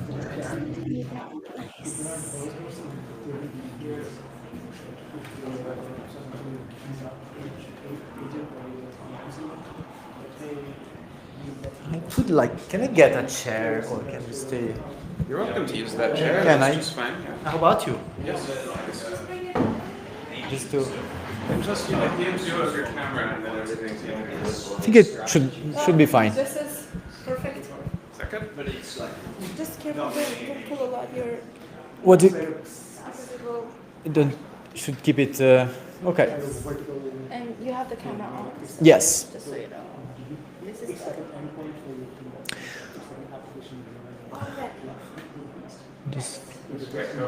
Okay. It's great to be here. So I think that the key goal is to discuss ERC 8004 and validation and TEEs. It's very important for me to give some short context on why I think this is relevant for AI in general. I think there is too much focus on Web3. We need to think that the AI problem is the AI problem. If we don't manage to be relevant for the general AI space, we are failing. So I just wanted to start with some context on why I think agents need open networks to become smarter. So where we are incredibly early in terms of agents that actually we use every day. I think we are here, where in that phase, where just a bunch of pioneers try to use broken stuff that doesn't work. I would say that the only stuff that work are coding agents. Of course, we all use them every day. I think trading agents, gaming agents, I'm seeing a lot of stuff coming, but all the rest is just I can't even delegate an agent to book vacations for me. So what are we talking about? And so asking now where are agents at scale today is like asking in 1994 where is TikTok. We will arrive there, we're just not there yet. And also trading, yes, it's working, but up to a point, and this is pretty fun. So in this phase, it's really the phase where it's important to build the infra, create the standard, share the excitement for builders, give a direction, fund builders, experiment, make mistakes. So we're just in a different phase. And sometimes the question, does it work? Does it make sense? Is the most important one, because many of the things that I'm seeing, they just don't work, and that's totally fine. A second problem, so agents are not secure enough to join economies. So we talk a lot now about agent economies and agentic payments, but as far as they will not actually and this is more AI generally related, but very also related to what we discussed today. So benchmarks, because if you want to measure agents, you need some way to measure them, measure their effectiveness.